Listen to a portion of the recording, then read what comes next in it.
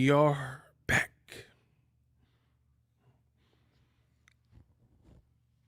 Another one. Ooh, don't do that. We are back with another live stream, everybody. We'll see where this one goes. Nobody knows. Should be fun. Devin, Haney, Ryan Garcia. A lot to talk about. Coming at you live. We unpacked. Absolutely. And you know it's a good day because I got my Starbucks. My allergies been bugging. Hold on. DHP Downhill Promotions. That's funny. Downhill Promotions is crazy. We gonna talk about it.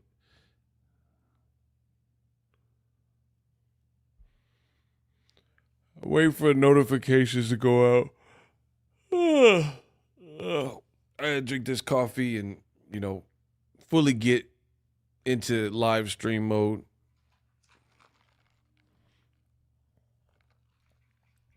Downhill Promotions is insane.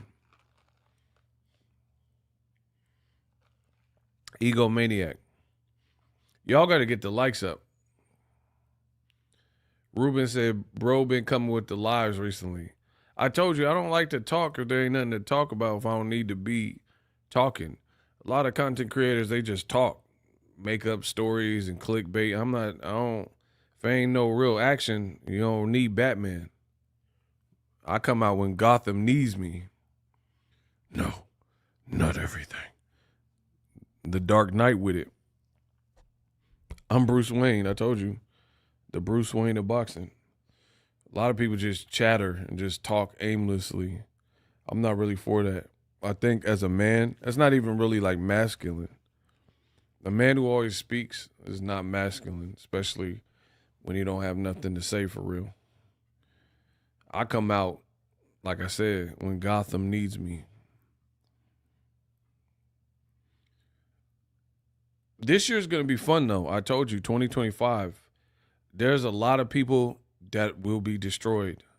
There's a lot of people that will be left in the dust. I truly believe that. And it won't be me, though. You will see as the year unfolds, because the truth is in right now. Fans are growing tired, especially in boxing, of all that wild, stupid lies and propaganda pushing. Nobody cares anymore. People just want facts. They want reality. You'll get a VR headset if you want virtual reality. You come to Boxing Ego, you're going to get that real.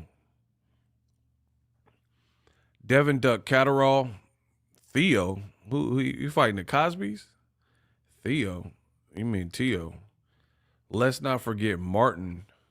Hey, I don't know what you're talking about, bro. You making up some people.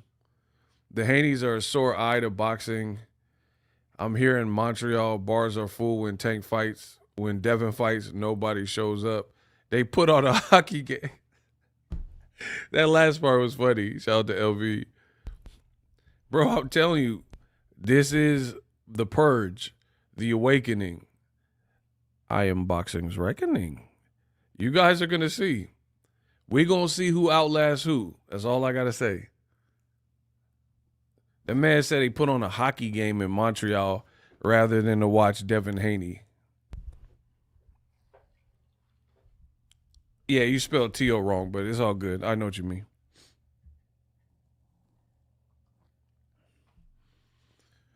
The funny thing is, the radical, like the Haneyacks, if y'all love Devin and Bill like y'all claim to, y'all should be running his numbers up. Like, and the funny thing is, where are y'all in the comment section when academics post or whoever posts and they just bodying Devin and Bill in the comment section? Where's the Haneyaks? It's like they only are on Twitter and YouTube, and they don't even do a good job at that. That's a real question. Where is the Haneyak Brigade? Where is the Haneyak Brigade when it really matters? Like, you should be buying Devin's pay-per-view. He should be making more than Tank Davis, selling more than Tank Davis, having a bigger gate than Tank Davis. Let y'all tell it.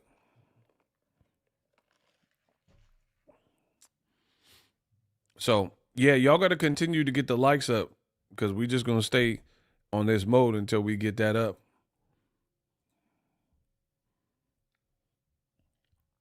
I'm not going to let YouTube play with me. So if y'all want to stream, y'all got to come with it. You want a proper stream. If not, we'll stay at this pace the whole time. And I really want to talk about this Devin video that came out with Ryan. So the quicker y'all hurry up, the more I can get to what I do, which is cook y'all.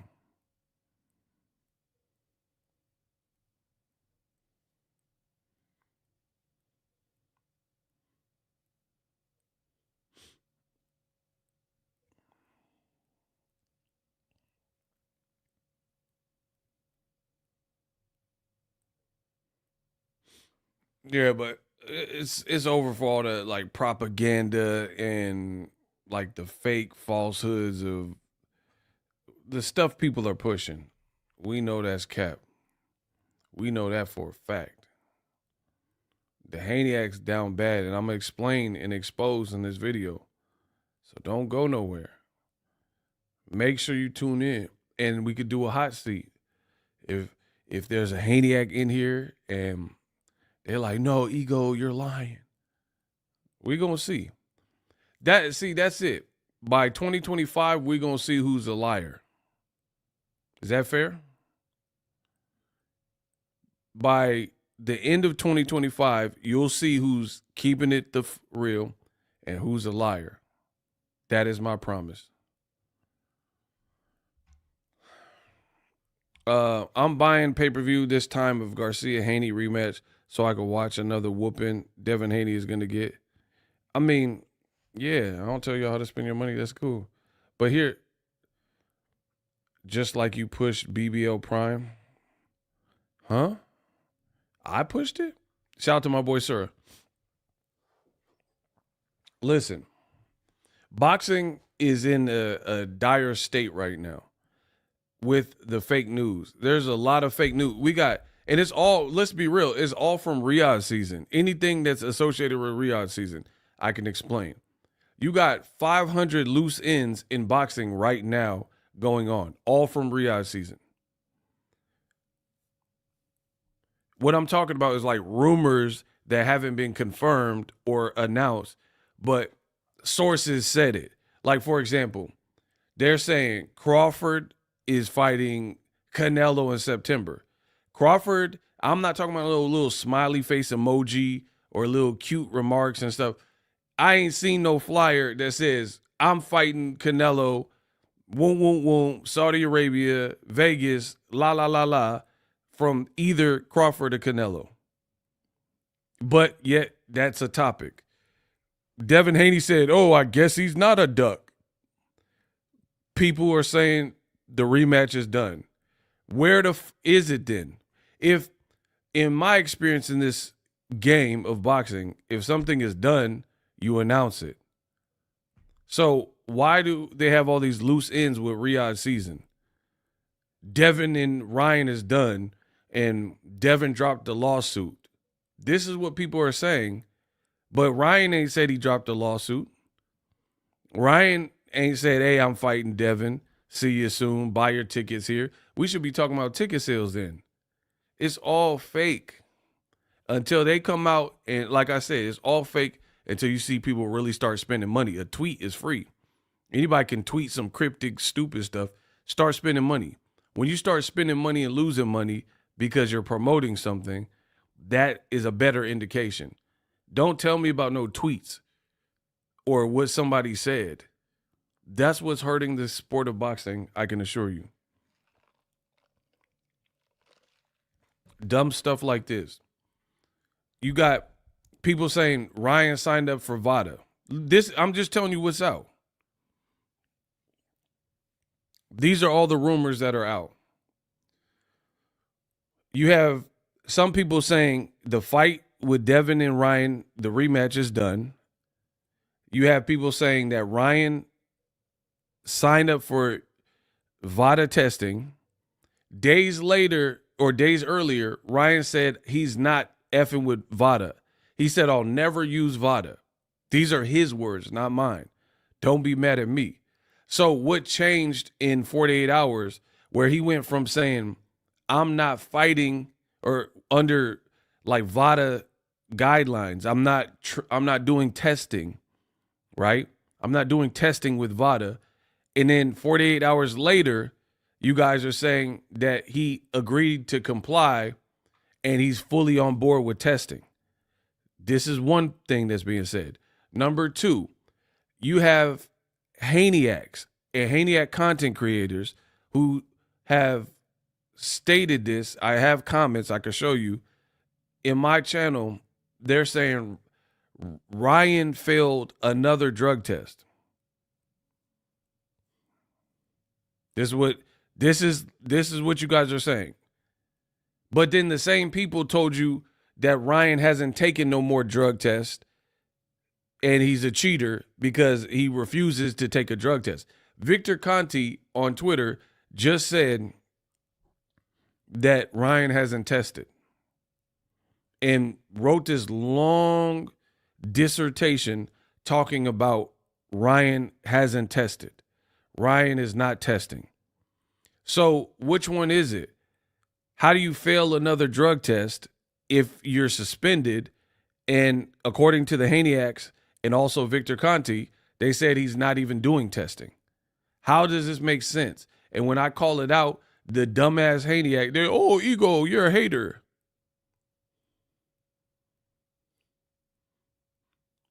I'm asking you if there's a mistake I've made, please explain. How is a man who's not testing failing another test? It doesn't, you can't, it's either one or the other. And the Haneyacks are down so bad, this is what they're doing. It's like the Judas did to Jesus. They only here to cause confusion. This doesn't make sense. That's like a virgin with kids.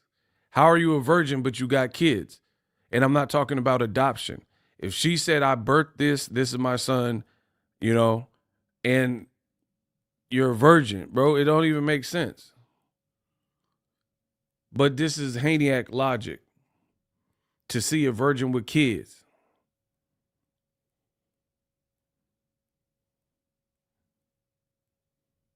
Talking out of both sides of their mouth. Two-Face, Harvey Dent. And I'm supposed to hear all this garbage and then use my platform, which is known for accuracy, known for being the one, known for being the best in the business, and it's not even close, to push these fake agendas and talking points. Bro, either Ryan's not drug testing or he just failed another drug test. Which one is it? This is how bad the Haneys are down. They don't even care. They like, y'all got a powwow. Y'all got to get together and have a little powwow, feel me, to make sure you get your story straight. Remember that back in the day, if you was going to lie to your parents, they say, get your story straight. You got to like talk to your sibling and like, what are we going to tell mom? Remember them days? The vase come up broken in the crib. You don't want to get a whooping. Your brother, your sister don't want to get a whooping. So you got to concoct a plan and get your story straight with your sibling so y'all don't get whooped because mama vase broken. That's Devin's career. Mama vase broken. His whole thing is shattered right now. So now They don't even have their story straight on what angle they want to attack Ryan with. It's just like pure desperation. And we're going to get into that confrontation tape. Y'all want me to play it right now? I'll do it right now. It don't matter. I'm ready whenever. It ain't never been no thing, because when you're telling the truth, you don't got to get prepared. When you're fully prepared, you don't have to get prepared. When you stay ready, you don't have to get ready. I'm boxing ego. I'm from the Bay, bro. E40 with it. Tell me when to go. Tell me when to go. Dum, dum, dum. Bro, that's all I need. Y'all want to play the clip? So I can really start baking y'all? Betty Crocker. I'm going to bake me a cake. I'm going to have me some fun. Bro, I promise you, this is going to be the worst year of your lives. Anybody that oppress us, anybody that's going against us, it's going to be the worst year of your life. Book it. Because we done with the games. Everything starts from now. Do you want me to get him, or should we wait for some more people? I'm ready whenever. Egomaniac want me to put the clip in. I'm going to let the fans pick. I stay ready. We going to bake it. See, yesterday was a family day for me. So even though the tape, I just put out my regular content, I wasn't going live because it was a family day. So now family day is over. I got to spend time with my loved ones. I'm back on y'all. That's the only reason I didn't go live when it happened, because I took the day off, because I'm a boss. And that's what bosses do. I can get up when I want. I take a day off I want. I wake up when I want, work when I want, talk about what I want. Y'all ain't gonna do nothing. Yeah, let's see y'all come do something. Let's see y'all stop me from waking up when I want to wake up. Stop putting out the content I want to put out. Stop running my channel like I want to run the channel. It'll be a cold day and HE double hockey stick. I do what I want. And the funny thing is the Haney actually be crying, another Devin video? You seen the title, you stupid mother. You gonna ask, how dumb do you look to ask the king of boxing talk if it's another Devin video when the title and thumbnail says it's a Devin Haney video? They know I'm rolling y'all up. I don't even smoke, but Ryan smoked on 420 on that Haney pack. And I'm rolling y'all up. That's why they begging for mercy. The only thing is people are cowards in boxing, so they too cowardly to really wave the right white flag and be like, man, you cooking us. Hey, you're right. Everything you're saying is right. So they do these roundabout things like, oh, man, I used to like this channel, and, man, why you keep making videos about blah, blah, blah? I don't care if you used to like the channel. What that got to do with me? If you didn't like the channel now, unsubscribe. Change the station. If you like the channel back better in 2015, go back in time. Watch my Osh. It's like Hov say, ninjas want my Osh, buy my old albums. You want my Osh, buy my old albums. I don't care. Do something. Unsubscribe. I'm waiting for that. But I'm looking at my metrics. I'm looking at the YouTube analytics. Everything's going up. We gonna have a nice paycheck. Yeah, this is going to be a nice paycheck. So if you're like, oh, man, I used to like that guy. I used to be subscribed to Ego, but he's tripping. Okay, I'm tripping, but the money keep coming in. Okay. Dude's begging for mercy without saying it. You begging for mercy like G-Unit album. My buddy, wherever I go, he goes, my buddy, begging for mercy. Oh, man, why another Devin video? Don't watch it. You have the right to watch whatever you want to watch on these platforms. You watching me get off my, like, it's that simple. I didn't tell you to watch me. I didn't say, oh, I said what I was going to be talking about, and you felt compelled to click on it and listen to me. So you in my house now, Kimo Sabi. This mosh. You don't go to a movie theater, buy a ticket, and say, why y'all playing Nosferatu? Now y'all asking why you playing Nosferatu. Why you buy a ticket for Nosferatu and then ask why they playing that movie? Dummy. Jerome is stop ucking Ryan. The fight is on, and Ryan needs to be on the up and up. No cheat, block him. They talking about penises. I'm talking boxing. They talking penises. Yeah, get Jerome up out here. Jerome in the high. I said Jerome in the ass. Watch your mouth, bro. That right there tells you everything you need to know. The Haney's talking about wieners, and I'm talking boxing. Someone said that was Bill. I don't care who it is. I don't care if it's Bill. I don't care if it's Bill Clinton. What that mean? Whoever gonna get it, they getting blocked to say. It could be Bill Clinton. What that mean? I just want the American people to know that Devin Haney, he's learned how to block the left hook. And Monica Lewinsky, I swear for God, that me and Monica never had relations with that woman.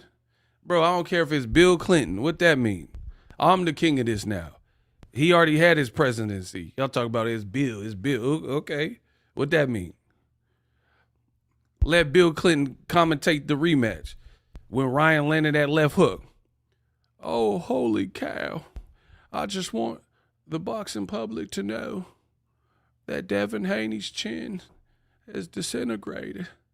The way Ryan is landing that. Bro, let Bill Clinton, let him do the commentary on the rematch then. You know what I'm talking about? It's Bill.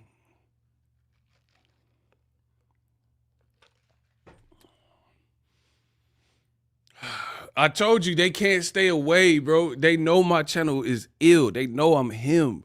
They can't stay away from me. The kid with the golden voice. The impeccable oyster boss. Bro, they can't stay away. They see the title. Oh, another Devin video. Yup. You seen the title. It said Devin. It's going to be about Devin. Why you want me to lie and then be really about Rihanna? It say it's about Devin in the Ryan situation. You clicked on it because you stupid and you wanted to be about something else. Well, am I supposed to talk about Halloween? I'm supposed to talk about Rihanna in a video that says about Devin and Ryan situation? Bro, get these bums up out of my domain. All right, they want me to roll the clip. Shout out to Deuce from Canada with the 550. 750. All right, let me cue this. Let's cue it up and get it. Let's get it really, really rocking. I'm going to play the clip, and then I'll give you my thoughts, yo. There you go, ducking. I see you, Lupe. I see you, Lupe. I see you, Lupe. Yeah, I know I see him trying to duck around there. Yeah. Came all out here for nothing, huh? You ducking it, huh? Lupe, you done ducked it, huh? Yeah, you done ducked it. Yeah, y'all done ducked it. Stay quiet. PED.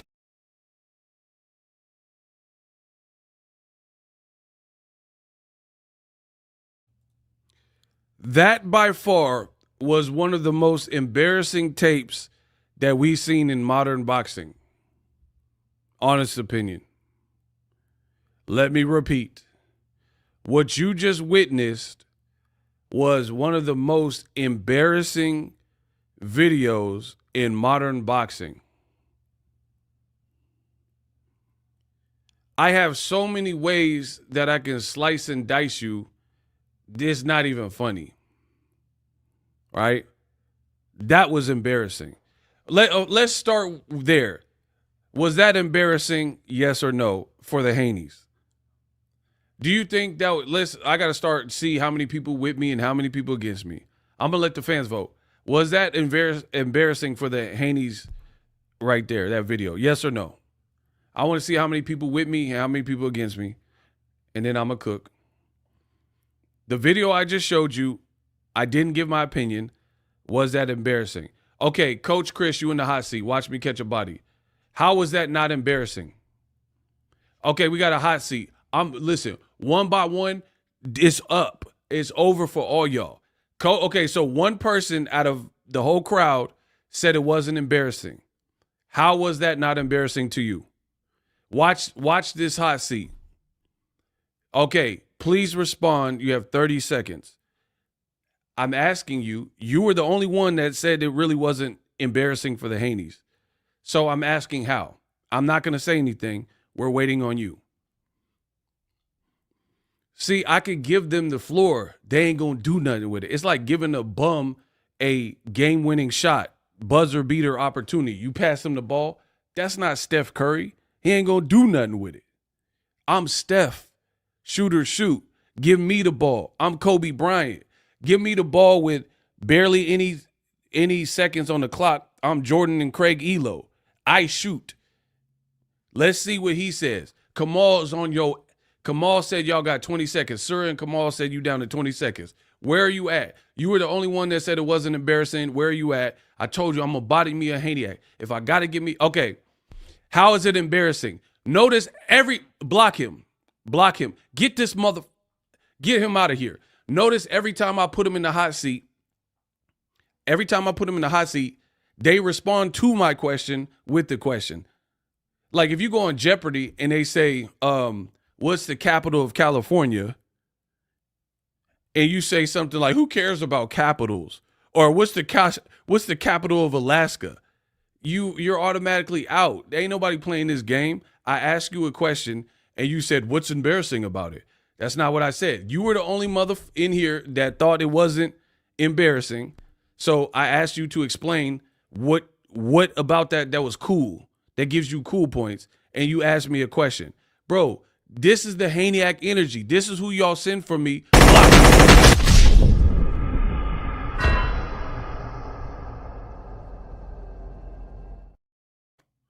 I'm on fire. Yeah, I'm on fire. Bro, I told you, this is their representation. You guys got me as a representation. This is who they send. This is the Haniac energy and logic. I ask you a question, you respond with the question. You don't really want it. I'm asking you from your perspective, since you said it wasn't embarrassing, why you don't think that's embarrassing. Frederick Meadows, my guy, that was lame as so sad. Now, unlike this bum that we just got out of here, the coach, whatever he was, I'm going to explain why it's embarrassing to me. So I'm showing you I'm sharp. I'm sharper than cheddar. Notice when I gave him the floor in the hot seat, he asked me a question and never justified to you, the fans, why his stance. Me, I'm going to tell you why I think it's embarrassing. I do stuff that they can't do. You see it. I'll explain myself on what's embarrassing about it. The Haniacs, they just chirping, and then the moment you ask them about it, then they deflect and all this stuff.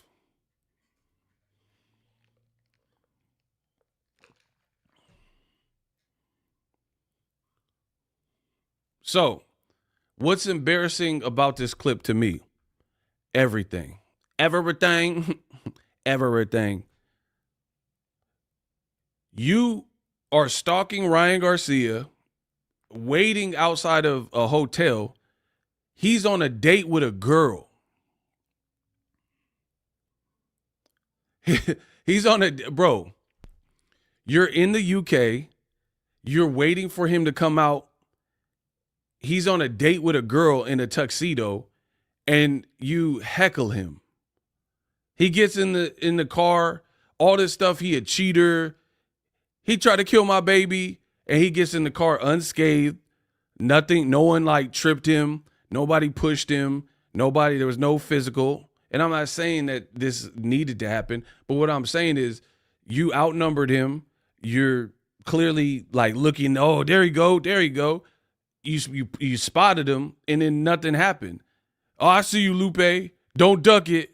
Duck what? What are we talking about? And then he just get in the car, go on his date. Then what? Like, you know what I'm saying? So that's one thing that's embarrassing. What did you expect him to do? You're suing him.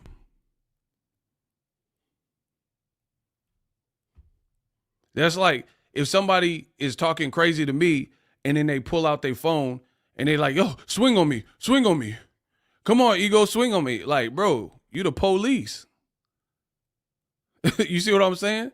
So if somebody is trying to bait me into anything and they like, oh yeah, ego this, and they waving their phone at me, what am I supposed to do? I'm supposed to pull out a blick and then blast them away? Like, what are we talking about?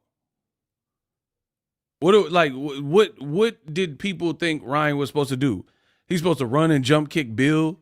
He's supposed to slap Devin Haney. Like, what is he supposed to do that would have made him cool or justified? Then the Haneyacks are down so bad, they said, look at Ryan. He got in the car and didn't say jack. He was talking all that stuff online, but then when he seen them, he ain't say nothing. There's one small problem with that. Devin ain't say nothing either. So how is Ryan, who's going on a date, get in his car, don't say anything, the Haneyacks be like, oh, he got punked. He ain't say nothing. Devin was right there too and didn't say nothing to Ryan, the man that had you clapped up and cheated you, and he didn't say nothing. The main person talking was the daddy. Hey, yo, bro, y'all look terrible. That's why I said this is terrible. Notice I can justify when something look bad. The Haneyacks literally are saying, and Bill said it in the video, he said, yeah, stay silent. Your son stay silent. What we talking about? How is it? So Ryan's a beezy for staying silent, but Devin stays silent. And the Haneyacks don't see a contradiction there. They don't see any hypocrisy there. Somebody said they didn't know Devin was there. I don't be lying. Come on, bro. Look, how you don't know Devin's there and you see his big bobblehead? Look, right there. That's not Devin with the same earrings, the same glasses that he had in the interview. Now y'all saying, oh, I didn't know Devin was there. Okay. So Devin watched this. This man slaughtered you, and you watched him and his date and Lupe hop in the Uber,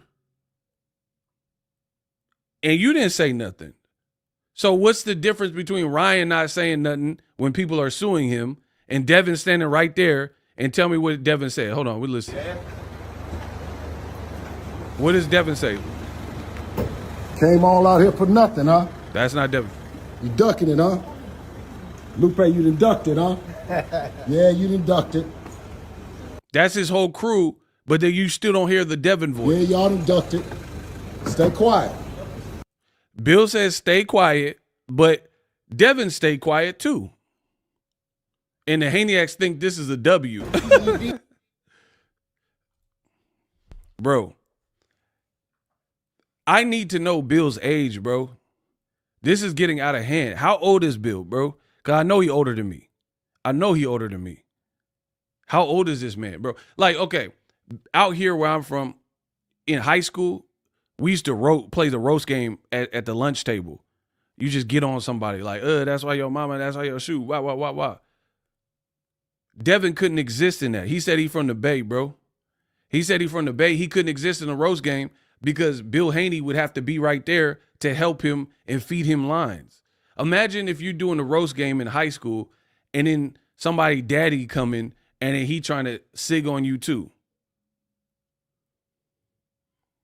Listen to what I'm saying. Imagine, I know some of y'all played the roast game, the dozens, whatever people want to call it, right? Whatever you called it in your region. Imagine being in high school at the lunch table and you like, man, that's why you gotta, your head bigger than them, you up, da. And you just getting on somebody. But then one person that you getting on, his daddy is right there. Like, yeah, look at your shoes. Like, and it's just doing extra lines and stuff. Like, what? Bro, that would be so awkward. Devin, I went to prom dolo. Devin went with a chaperone or something. Like, that's I'm not saying that really happened. Let me correct that. But that's the equivalent. When I went to prom, I went to 2 proms. I'm 2 proms Shakur. I went to both proms. My parents wasn't there.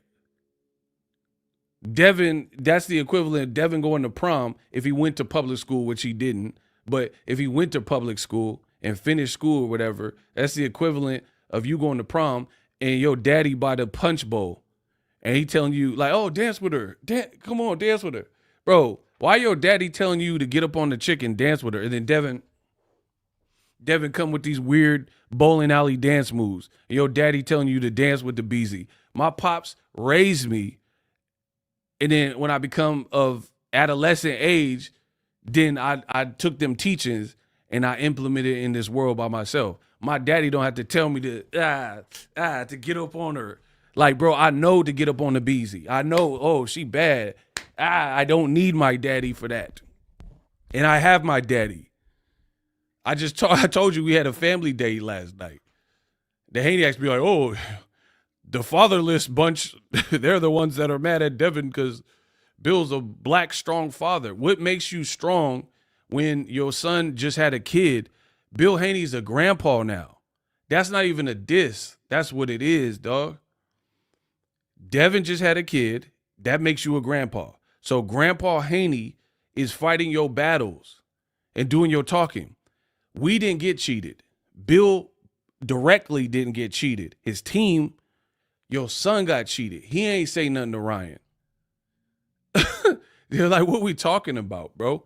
Grandpa Haney, and he kicking up the most dust. And he's speaking for the 26-year-old boy. That look insane to me. I don't know where y'all from. To me, that look insane. The person that got, you know what I'm saying? They the ones doing the least talking. And then like additional people is doing more talking than the person who got affected directly. This is Devin's career, bro. And then the Haniacs trying to flip this and make this look cool. Yeah, Ryan, he ain't saying nothing. Neither did Devin. And again, if somebody's suing you, what is there to say? Like, what are you supposed to say, bro? Why I yada? Well, like, what are you supposed to do in that situation when somebody got paperwork on you? That looked like a trap.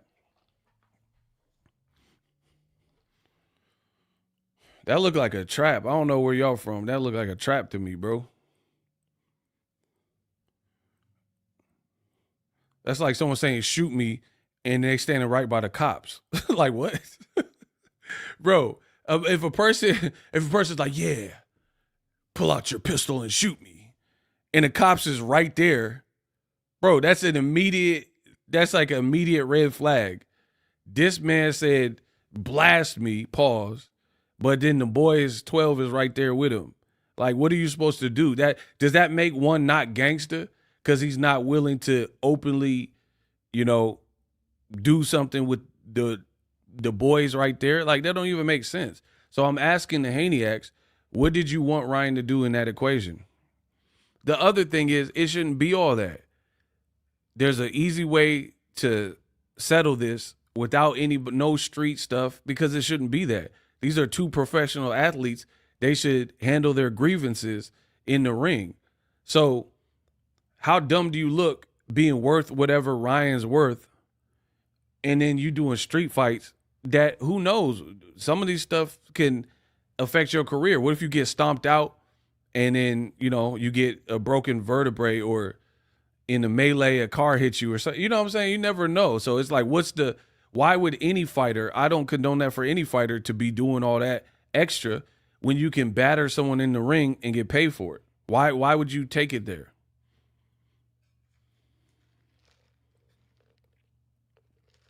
That's a real question.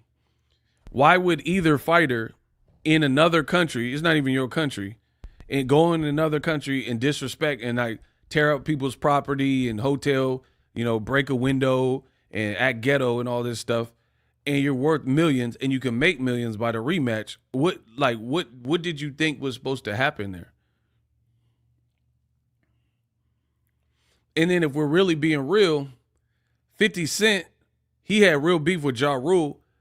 They cliques couldn't be in the same area at the same time with no like BET awards or something, but like in like a club or something without furniture moving. If you really want to take it all the way to the street angle. So from the street angle, 50 Cent and Murder Inc. is murder, holla, holla. They just couldn't be in the same environment like that without the proper like buffers between them. You know what I mean?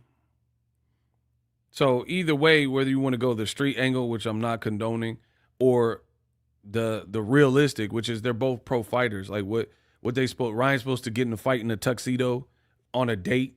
Like what if the girl get hit? You see what I'm saying?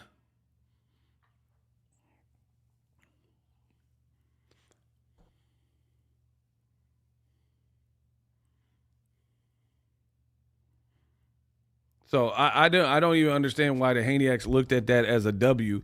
To me, that looked horrible. Because what did it prove? Ryan went wherever he was going on his date, unbothered. Devin, his crew went their separate way. Devin ain't say nothing. Ryan ain't say nothing. There's a lawsuit. What did that prove?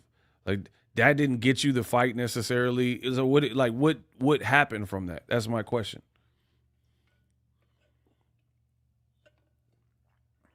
The type of ish is why people are moving away doing business with the Haney's bad business bill. I try to tell y'all, and like it's 2025 is going to expose a lot of people because it gets to the point where if somebody's moves are so like flaky or insane, anybody who tries to advocate that, it's going to hurt them as well. Do you see what I'm saying? Like if somebody's doing foul or somebody's doing bad and then you associate yourself with that, it's going to in turn affect you for sure. Maybe not right away, but long term it's going to affect you. Like I personally believe that if you're co-signing goofy stuff, then I feel like you are goofy too. Even if it's not your direct issue, the fact that you think this is cool, it makes you goofy by association. That's what I truly believe in life. Like, if my homies was out doing foul and like conking old ladies over the head with crowbars and like robbing them, that ain't cool, bro. Like, I'm not saying you should rob anybody, but you gonna rob some old lady like that? Come on, bro. So if you associate with that, then it kind of makes you like guilty by association. Do you understand what I'm saying? Like, you have a 26-year-old man who just had a kid. You have a grandpa in Bill Haney. And you have people who are so Haney-act out, content creators, fans, or whatever, that you're okay with this behavior and trying to act like this is boxing or is cool. It's making you goofy and look weird by association. The Haneys sued Ryan for battery, and the feedback was so poor, I don't think they expected it. They thought they would get Karen-type sympathy, and they didn't expect this type of backlash. So now they going back gangster. Like, you know what I'm saying? And that looks weird in and of itself. Either you're the lawsuit people or you gangsters, because gangsters typically ain't the ones initiating lawsuits. And then people play these semantics with me, like, oh, but Ryan's suing him. Bro, Ryan most likely wouldn't be suing Devin Haney if Devin didn't sue him first. It's a countersuit. That doesn't overshadow the initial person that brought us into court. You get what I'm saying? Who cares about a countersuit? You just like, at that point, you just defending yourself. Somebody's accusing you of this, so you like, I'm going to accuse you. This is what my grievance is with you. That's nothing. We talking about the person who initiated a legal, like, discourse. Way different. A countersuit is only, you can only countersuit. Like, think of the word in boxing, counterpunch. You can only counterpunch, and it's only classified as a counterpunch if the opponent threw a punch first. But you guys are bums, and you think you're going to out-talk me like Boxing Ego ain't the king of this. Again, in boxing, you can only counterpunch, or it is only labeled, classified as a counterpunch if your op, your foe, the boxer you're facing, threw a punch first. And then, oh, bow, Tank countered him. Oh, bow, Floyd, check left hook, countered Ricky Hatton. That's a counter. So if Ryan is counter suing, that means action, aka the first punch, was thrown by the Haneys. You don't, because then it would just be a raw, flat out punch if you weren't countering anything. If you weren't, you're basically responding to an action from another party. That's a counter punch. Same thing with a lawsuit. If Ryan just said, hey, I hate the Haneys, I'm suing them, then it would just be a raw lawsuit. It wouldn't be a countersuit. I'm cooking y'all. I'm cooking y'all. Y'all never been on my level. I'm cooking y'all. So again, when it comes to like gangsterism and street code and all that, that's over here. When it comes to good Samaritan, goody two-shoes, civilian life, that's over here. Trying to blend these two worlds is weird. I'm going to say it like this, because I'm the best that's ever lived. I'm the best in the business, and it's not even close. So let me give you an analogy. You can't be the terrorist and the hostage. I said the game is full of imposters, fake mobsters. You can't be the terrorist and the hostage. That's a bar. Tell me I'm not barring them up. I'll destroy you. I'll destroy everything you touch. I said the game is full of fakes and mobsters, a bunch of imposters. You can't be the terrorist and the hostage. You can't play both roles. Either you're the terrorist robbing the bank or you're the person on the ground being victimized with your head down and you scared to look up. The Haneys want to be the hostage, but they also acting like they the terrorists too.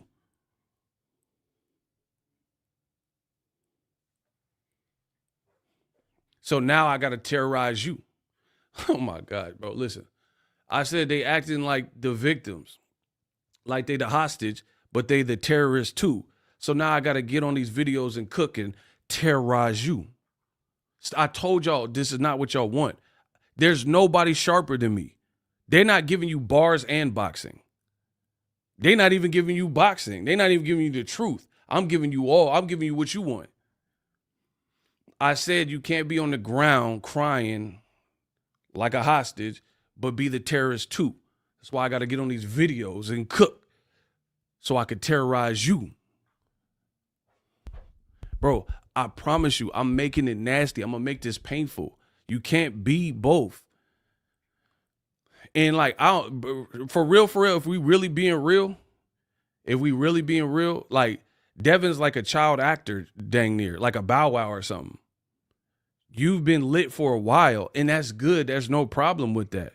But you can't be Bow Wow, but then also be like Nipsey. Like Nipsey was really raised in that. He really was from LA, really was slossing. Him and his brother was active. Bow Wow wasn't. Bow Wow was with Death Row. You might have been around people, you know what I'm saying? But that don't make you in the life like that.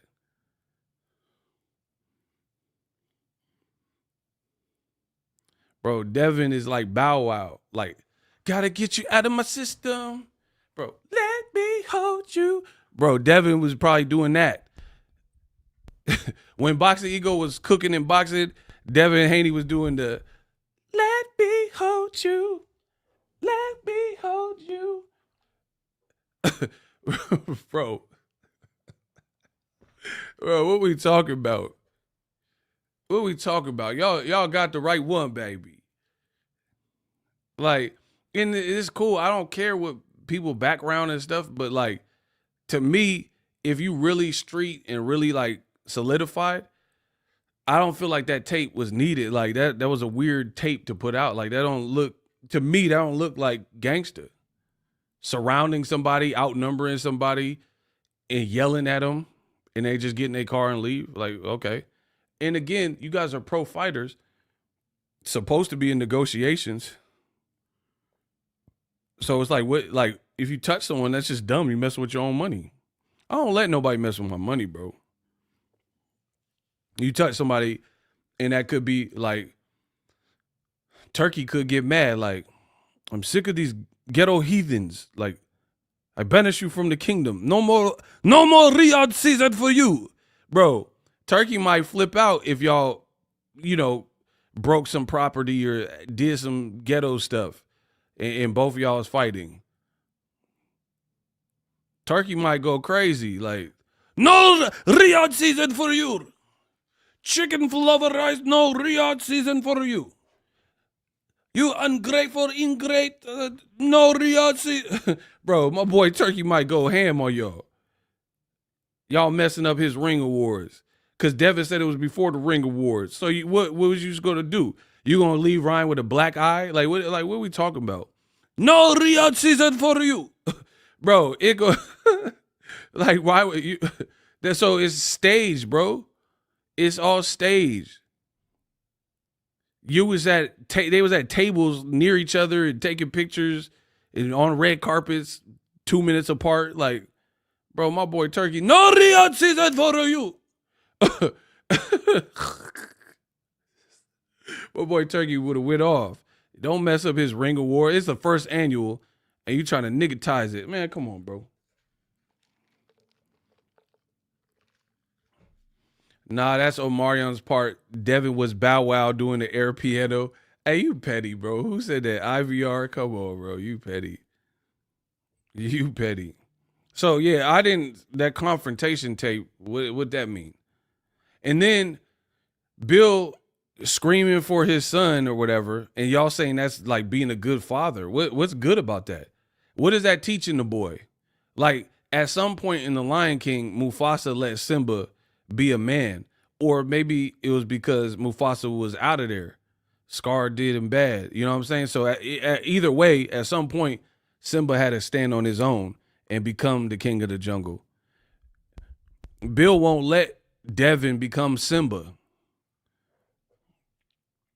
He won't let him become Simba because he overtalk him. How is that a strong black father? A strong black father will raise you up to a point where you're good, show you how to ride a bike, and then take the training wheels off, and then you on your own. If that car comes, swerve. You know what I'm saying? I done gave you the knowledge. I showed you how to ride this bike and keep your balance. We practiced. I took you out when you fell over and you started crying. I told you it was going to be all right. That's a strong dad. Strong dad will get you right and get you to the point and then let you fly. Remember Mark Wahlberg and the other guys? He was like, I'm a peacock, Captain. You got to let me fly. Bro, Devin the peacock. You got to let him fly. How is Devin going to fly if he just stand there and then Bill the one cussing out Ryan? And the Haney think this is cool or gangster. Oh, man, he punked him. Am I right? How did he punk him? Because neither of the two actual fighters that actually lace him up said nothing. See, at least my boy Caleb Plant, that's the guy. Because I'm not saying it should ever get this, but he just pulled up to Jamel. They didn't like agree. Like, bro, I love Caleb Plant. Pause. I'm going to tell y'all, this is why I love Caleb Plant, because I know him and he's a man's man. When he had issues, he tried to diffuse the issues in a lot of those cases, like Jamal. He's like, yeah, don't disrespect me. Don't just touch my beard or whatever he was saying. And then Jamal or whatever, according to him, Jamal didn't listen. My boy Caleb said, ha!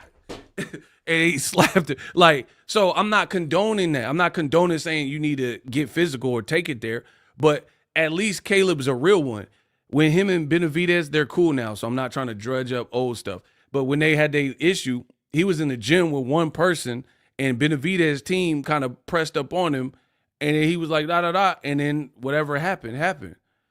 So Caleb Plant keeps showing you, my boy Caleb pulled up in Vegas, I think it was Canelo Munguia, and he was talking to Berlanga, but he was the one talking. The white boy was the one talking. Shout out to CP, Caleb Plant. Bro, Caleb Plant is one of the realest fighters just for that.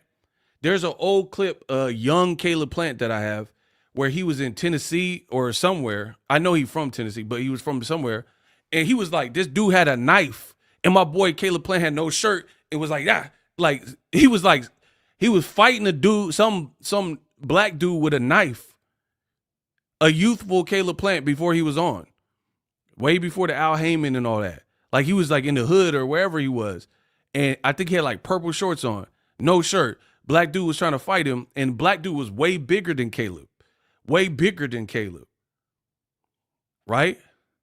Way bigger than Caleb. And the boy was out here like, bah, and the dude had a weapon.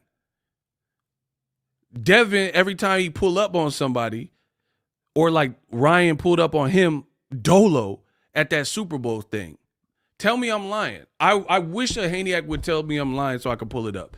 Tell me that Ryan didn't pull up with a weird shaft in Africa leather jacket on at that Super Bowl stuff when it was looking like they were going to fight. And he was like, yeah, that's a pimp. He's pimping you. Bro, I give props to Ryan for that because he the one that pulled up with the shaft leather coat. Shaft. Doom, doom. Could you dig it? Bro, Ryan pulled up dolo, though.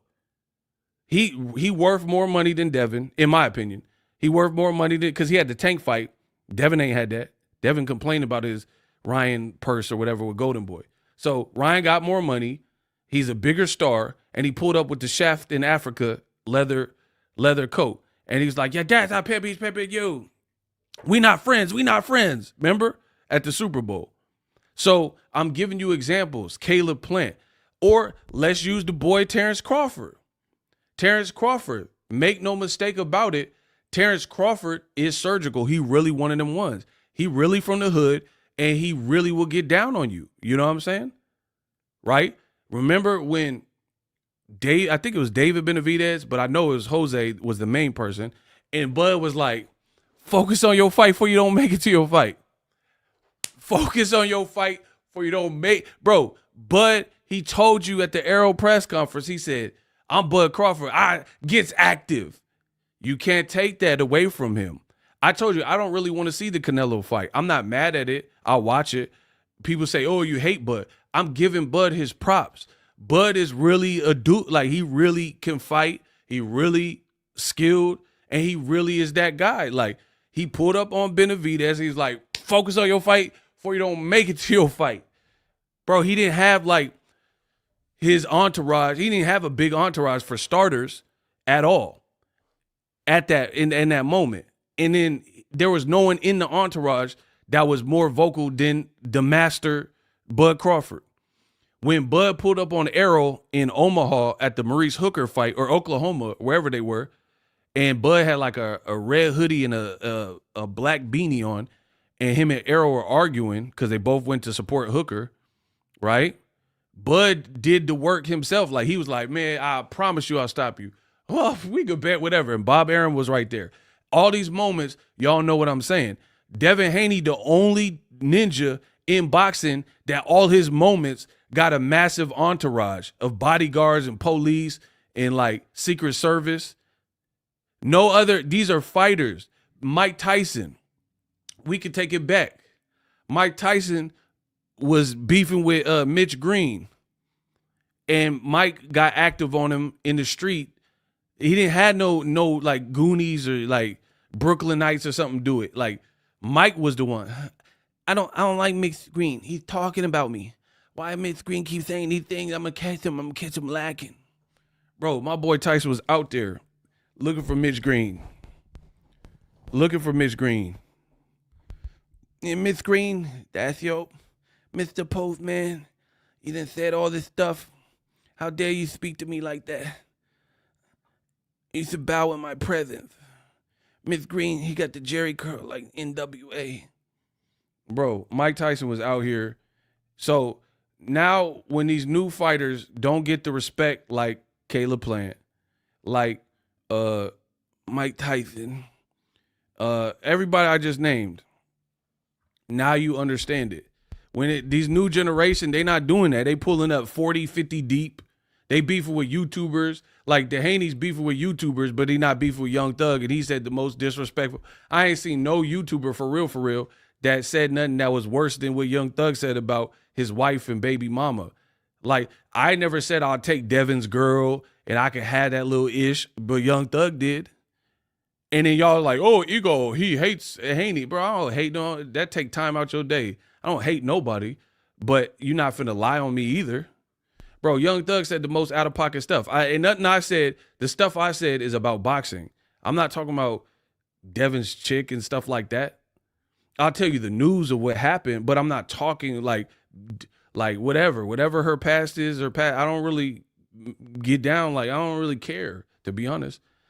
Ty said Bill constantly emasculates his son and he's such a narcissist he don't realize it. Bro, so it's like, how you got energy for Boxing Ego and YouTubers if you don't got no energy for Young Thug? All these other boxers I named, whenever there was a situation, they pull up to the problem, to the drama as boxers, dolo, or with a very small entourage. Crawford don't need when Crawford got a couple of them. When he had the issue with Teofimo, same thing. I didn't see like a million man march surrounding Crawford. And he was like this, and I think he even touched T.O. Sr. Like, Bud really insane or something. This man know he can fight, and he not tripping over no T.O. I said that from day one. Bud don't care. Like, he ain't worried about no T.O. He not worried about da-da-da-da. Bud, like, Bud gonna get real disrespectful. He gonna touch T.O. up and, you do what you're told, bro. He was touching him like Al Pacino in the movie. You do what you're told. He touching him up. Touch me, tease me. Devin ain't touch Ryan. Devin ain't pull up. Bro, if I'm lying, that's what I'm saying. It's a different upbringing. Bud is really shot in the head and all that. Like, he don't care, bro. His upbringing, his mama, bro, Bud mama had him scrapping with the neighborhood. So the upbringing clearly has made a monster. That's why he want to even fight Crawford. I never said I doubt that Crawford wants to fight Canelo. I never said that. But then y'all say I hate Crawford. I'm giving the man his props. We don't have to see eye to eye. I'm a man. We don't have to disrespect each other, but we don't have to see eye to eye on every single thing. I'm telling you, Bud's a monster. I ain't never said that, like anything against that. But I'm showing you the different dynamics. Bud shows you he's a monster because he handled his own. He don't look for like savior, like nobody to like help him. He fighting the whole neighborhood. Bro, his mama used to pay people, they said, to see if they could whoop Bud. Like, that's some sick stuff. If you just think about that. Imagine your mom is giving people, neighborhood kids, snacks and candy and money. Like, hit $5 if you could whoop my son. Bro, what? That's why Bud don't care about scrapping anybody, because he had to fight the whole neighborhood. And his mama was paying for the matches. Bro, Bud mama did a Tyler Durden fight club, and she was paying people to see if they could mess with her son. And she's like, man, okay, I really raised one because these kids can't fade Bud. Like, that's insane. If you really think about it, that's why Bud got the mentality he got, because of them upbringing. Somebody said your mom being your top op is wild. Hey, the way you said that was so funny. So funny. Bro, Bud got a whole villain arc story. Like, they need to make a movie about Bud, and then his mom on the porch like, get him, boys, get my son. Bro, and Bud got a villain arc. He trying to fight, man. Why my mama got me fighting? Bro, and he out here scrapping for the mom to believe he a real scrapper and all that. He got a whole villain arc. Devin Haney was watching Baby Shark or something. Baby do. Bro, it's different. You came from having some money. Bud came from the trench work. Gervonta Davis came from the trench work. Somebody said they gonna make a movie called Becoming Bud. I got the best audience. That is funny. Bro, Bud really was raised to be this monster that he is. Like, it's just what it is. Like, he was raised with like Ghost Dog or something. Like, he was raised The Last Samurai or something. I don't know. Bud really just fight. Like, everything Bud do is about sports almost. Always hooping, playing basketball, wrestling people. Like Bud is a real life, like just warrior and athlete. It's just, I don't even know if he would do anything else. Like he would be doing some kind of sport. Some guy like Deion Sanders. Some guys are just Bo Jackson. Some of these guys are just like Allen Iverson's another one. Allen Iverson used to play football. Bud's like an Iverson type in that regard, where it's like sports was just his calling. But anyway, back to Devin. Devin always got the Million Man March with him. And then you didn't even say nothing to Ryan either. So what are we talking about, bro?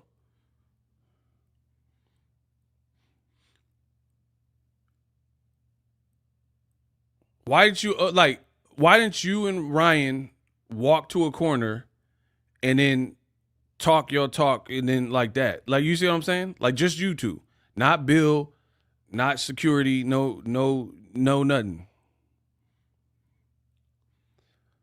Do you understand what I'm saying? Like, you and Ryan walk and talk and then say, hey, bro, you cheated me. Let's get this fight rocking, blah, blah, blah. That's what I'm saying. This new generation is different. They're not moving the same. Tank, another one of them ones. Tank pulled up on Devin in Vegas where Devin lived, and he was like, I'm on your side. He had one dude with him. Tell me I'm lying. And Devin slid back in the car. Tell me I'm lying. I'll pull the clip up. That's what I'm saying. Like, you guys can't win this one. The only way you could win is if I was lying, which I'm not. Tell me you didn't see the clip from Canelo Munguia where Tank went and he was like, and he ran up on Devin whole crew, and it was like multiple. It was Devin brother. It was like, I don't know, random Pete crew members or whatever. Tank is from Baltimore. He was on a whole different coast and still did that. When have you seen Devin Haney pull up on like Ryan and Ryan had more people than him or anybody, T.O. or whoever? Because when he pulled up on T.O., he had a bunch of people with him too. I have the tape. You see what I'm saying? Like, that's not even fair. That's not fair. So it's T.O. and his dad in Fresno, and then you got like 5-6 plus people with you and your daddy. And this, like, honestly, this is cool. That, like, to you guys at home, because I know I have my fun. I call y'all Haneyx, but I'm saying to you, that's gangster. That's gangster to only pull up when you outnumber people by insane numbers. Look at this boy, my boy from Game Bread. Long-time sub. I'm from Oakland. Yee! He said, Devin ain't representing the town for show. We don't even like blood. Bro, he just said he from Oakland. Bro, there's nobody I know in Oakland or the Bay Area, Richmond, North Richmond, you feel me, Seminary, wherever, the SCO, that is 26, they're the breadwinner, and their daddy is talking for them. That is not the Bay Area way. I don't know what places you guys are from. That is not the Bay. That is not something you'll find in the Bay often. So I don't know. I don't know why they do that, but that's what they do. You really have your dad, like, fighting your battles, bro. Bro, I was in Oakland right before New Year's Eve. I was in San Francisco last week. Ain't nobody had their dad yelling. Like, the people I seen, if I see people yell or whatever, it's them. It ain't no massive entourage and all this stuff. And then you got people who ain't from the Bay saying that, oh man, Devin doing it all, bro. Ain't nobody in the Bay doing that. Devin did it a media day in the UK. Why not go to Oakland, bro? Do a media day in Oakland If you town business, you bay business, do a media day in Oakland. Do one in the SCO. But they know this. Everything Boxing Ego has said is true. The stock has dropped, and you got to get that back. You got to find a way to get that back. You feel me? But then when I say these things, y'all act like I'm speaking with two tongues. Like I done peed in your cereal. Like what I'm saying don't make perfect sense. Everything that I've said. So we gonna see 2025. I can't wait. Listen, I never start nothing with anybody. The record needs to show that. But at the same time, I'm not no sucker like I'm just gonna let you devalue my brand and lie on me. Right? That can't happen either. You don't have to like my channel. I don't even care. Like, that's cool. But then when you start saying I'm lying and all that, we gonna see. We miss Andre Ward. At least Ward fought in the town. Shout out to Dre Ward. See, Andre Ward was a perfect representation of the Bay. Because one, he's biracial. The Bay is a melting pot. So there's we got Filipinos. We got Filipinos out here. We obviously black, white, Asian. We got Mexican. San Jose definitely got Mexican. You know what I mean? It's a big melting pot. So he embraces that. He's an Olympian, gold medalist. He fought in the Oracle. I covered his fight. When Dre was fighting, the Warriors was coming out. I got footage of Steph Curry and Michael B. Jordan and Trey the Truth, thanks to Andre Ward and knowing him and like covering his fight. I talked to Michael B. Jordan. You see what I'm saying? Because he was there, and Ryan Coogler and stuff. Devin ain't brought. When Devin fought, and I'm being real with you, I went to the fight.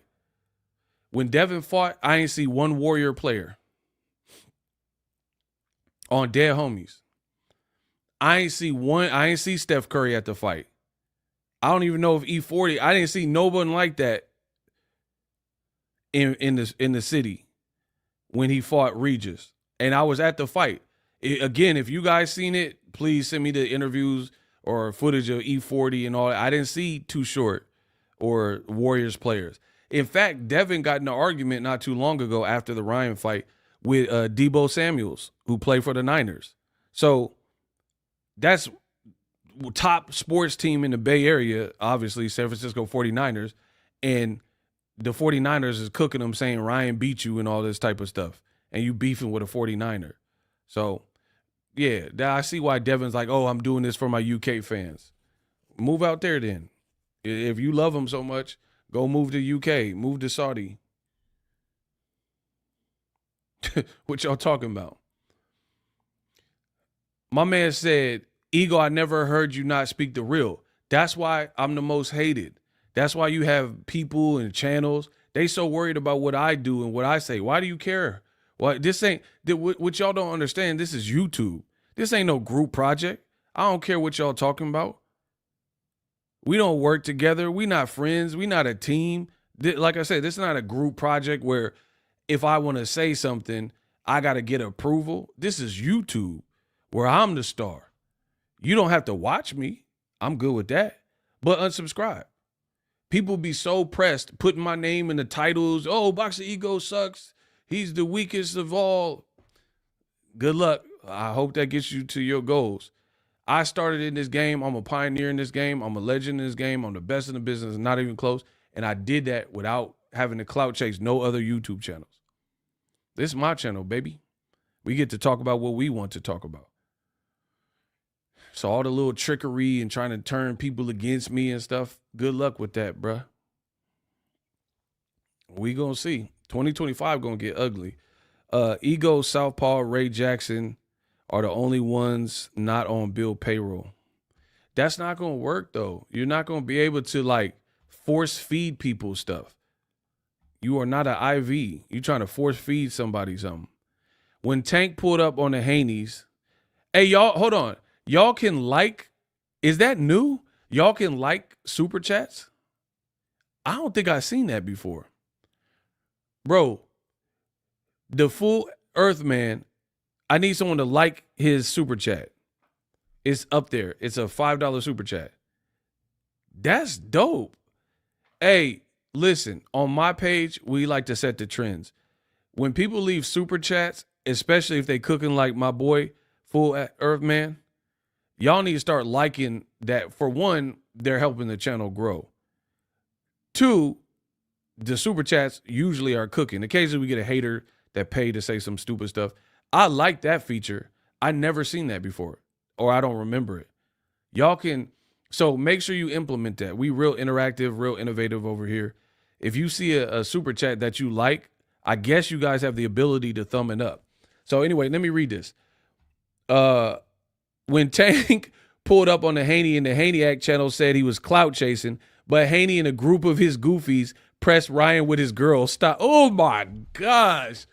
Shout out to Earthman. Bro, the Haneyacks is I told you, they down bad. You look desperate, you getting bodied. That is an excellent point.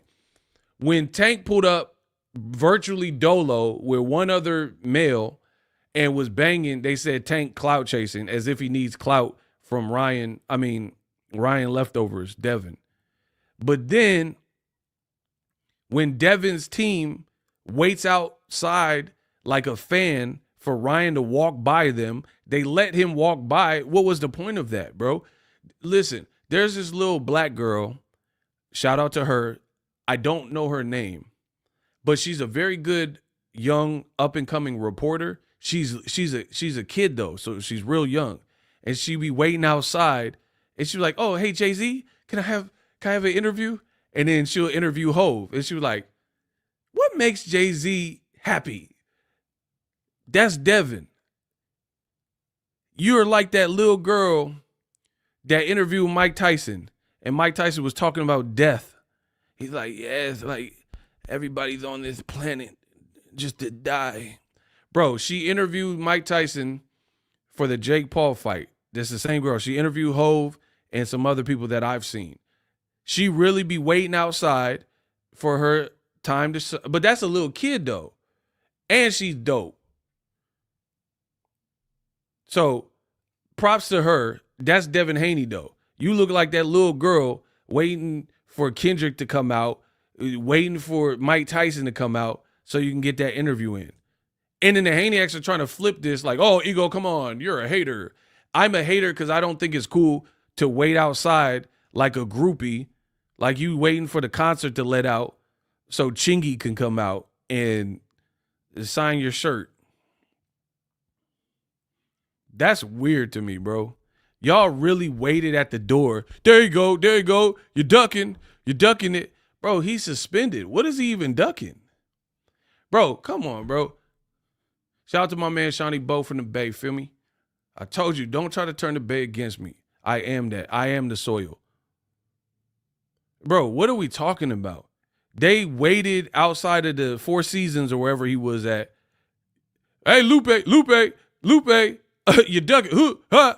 That's every time Bill talk, that's how he talk. Who? Ha? Wait. Hold up. Wait. Huh. Bro, Bill Haney sound like a karate movie. Wah, woo, wah, woo. Hey, who? Oh, Lupe, Fiasco. Oh, you're ducking it. Who? Huh? Huh? Bro, what is wrong with this man? What's up with all the ad lib? There you go. Lupe. Hey. Like he got Tourette's or something. That ain't Oakland edition, bro. I don't care what y'all talking about. Ain't nobody in Oakland that got Tourette's like that, bro. Hey, Lupe. You ducked it. You flicked it or something. And Devin called me lame. Okay. Yo, dad out here like chirping like Nextel. Are you in pain, sir? Like, what is wrong with you? Like, and then when you actually analyze what is being said, somebody said Johnny Bravo. Bro, and then you analyze Like, bro, I'm gonna be real. Analyze what's being said. You ducked it. Ducked what? He's suspended, but he ducked what? Like, what do you even, like, do a complete sentence. What are you talking? He ducked what? What did he duck? Then the next day, y'all saying that the fight's done. So what did he duck then? Why did you make a video saying you ducked it, if the next day people are acting like the fight's done? And then Devin's like, oh, I guess he's not a duck. He's a goose. Bro, this team is down bad, bro. Y'all look pathetic. Keep co-signing it, because it's only going, when you co-sign BS and it don't make sense, it's only going to hurt your integrity. What did Ryan duck if the next day Devin's tweets and the fans are saying the fight's done, almost insinuating that the Ryan Garcia rematch is next?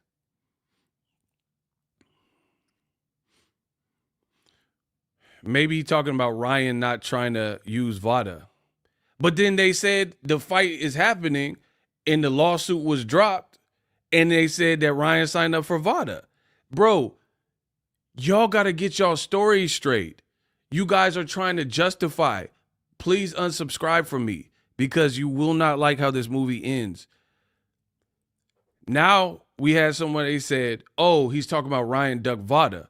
Okay, so whether he was talking about ducking the rematch or ducking VADA, the very next day, people are saying the fight is done and the rematch is done, and they saying that Ryan got the lawsuit dropped. Turkey made the Haneys drop the lawsuit, and then they also said that Ryan is now signing up for VADA. So whether he was talking about ducking VADA or ducking Devin, how are either true if the next day people are saying Ryan's in VADA and the fight's happening? And this is your Lord and Savior. This is what you think makes sense, more sense than Boxing Ego. So somewhere, either the fight's not done, the lawsuit's not dropped, the fight's still being worked on, Ryan didn't sign up for VADA. Something is not making sense. Y'all want to play with real people and act like boxing fans are dumb, and we just going to accept it and just, okay, must be true. Those days are over. You is no longer cool. It was never really cool to me, but it's definitely not cool now to be just pumping out lies and stuff.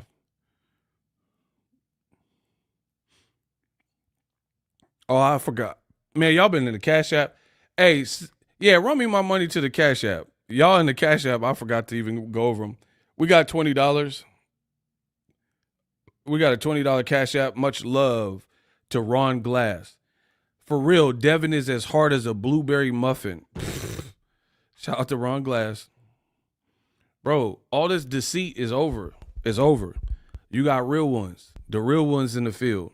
The fake cannot exist unless you guys allow it. So whether it's a fake team or team like fake moves, fake content creators, they cannot exist. It's like a fire. A fire needs oxygen to breathe. You have to give a fire oxygen. Otherwise, there's no way the fire can continue to burn. I'm imploring you as boxing fans, you have to move on. I don't care if people are actively hurting the sport of boxing and content creators are putting out fake lies and agenda, bunch of BS, you keep clicking on it, then there's no way that the fire will extinguish, or it'll take longer, right? So you have to understand the power that you have as a fan, including me. I never care because I know I do a good job. I know I'm great. I know I do a great job and I'm accurate. So I don't care about having rules and standards and integrity because I already have that anyway. But the game is lacking that. There's about 14 different rumors going on. None of them are confirmed. And you got people trying to gas you up like everything is done and trying to get people hype and make a big to-do about it. And then some of these things you guys will probably be disappointed on when they don't happen. Remember, Teo's fighting Jaron Ennis. Jaron Ennis is fighting Virgil Ortiz. T.O.'s fighting Subriel Matias on pay-per-view. Devin, Haney, and Ryan rematch is done. Devin's fighting on BLK Prime. Devin's fighting with Turkey. Like, these aren't even the same thing. Is he fighting with Turkey? Is he fighting with BLK Prime? You see what I'm saying? There are legit thousands of different narratives that are completely opposite. And you guys are just allowing it and acting like I'm the crazy one. T.O. been linked with, he's fighting Ryan Garcia. Oh, he's fighting Subriel Matias. Oh, he's down to fight Richardson Hitchens. Oh, T.O.'s fighting against Boots. Meanwhile, we still don't know who T.O.'s fighting for real. There's no flyer. There's no press conference. He seemed like he hate his relationship with Top Rank. And again, it's a complete ish show. And you guys think this helps boxing, and you enable people to spread this and do this and, you know, continue to do it. So it's to a point, people aren't going to change until you make them. So just like a fire needs oxygen to breathe, there's a lot of content creators that would not be breathing, not in the physical, but on their channels, spreading lies if it weren't for you. So if you guys are down with boxing looking dumb and not getting the fights you want because boxing continues to look dumb, then patronize everybody's stuff, even if they're doing it wrong. But if you really want to help the sport and you want the reality to show, which helps the sport, then I suggest you guys start limiting your watch time. Like, the person I am is this. Let's say you spend a total of 2 hours a day on boxing content on YouTube, right? 2 hours a day, if only 1 hour of them was actually information you could take to the bank, you wasted a whole hour of your life that you could have learned how to cook, learned an instrument, spend time with your kids, spend time with your girl, find a girlfriend, you know, work on your purpose to become the man that'll attract women. And you guys are sitting up here just to be on boxing Twitter and Instagrams and all these boxing pages and YouTubes and stuff like that, wasting y'all time. Listen, I have a business, so it don't affect me because I don't watch this BS. But I get an overflow of what's going on in my sport, and it's not helpful unless people are doing it right. It's funny because the Haneyacks, they always say stuff like, oh man, we want a clean sport. They don't even want, like, in terms of drugs, they don't want a clean sport in terms of clean airways with no BS though. They want to push Bill's propaganda. You see what I'm saying? Like, I hope that's not a stretch for you. If you look at Haneyacks content creators, they always say, oh, Ryan's a cheat. Oh, we need a clean sport. But they're saying they want integrity. But then the information that they put out lacks integrity. So you only want a clean sport in terms of VADA and drug testing and Victor Conti and Devin, but you don't want a clean sport free of like BS and clickbait. You only want a drug-free sport, which is good. We shouldn't have people cheating, but you don't care about like clickbaiting and like lacking integrity by putting out BS. You see what I'm saying? So it's like, I notice in life, a lot of people will act like they have integrity, but their actions show that you don't have this integrity. You have selective integrity. Boxing Ego has integrity no matter what. That's why I get down how I get down. So like, it's different. People will act like they have integrity, but it's only on select like subject matters. You only care about protecting Devin Haney and Bill Haney's interests. You don't care about the integrity of the sport because you wouldn't be pushing their agenda when it's a lie. My boy Earthman sent $10. Let's go.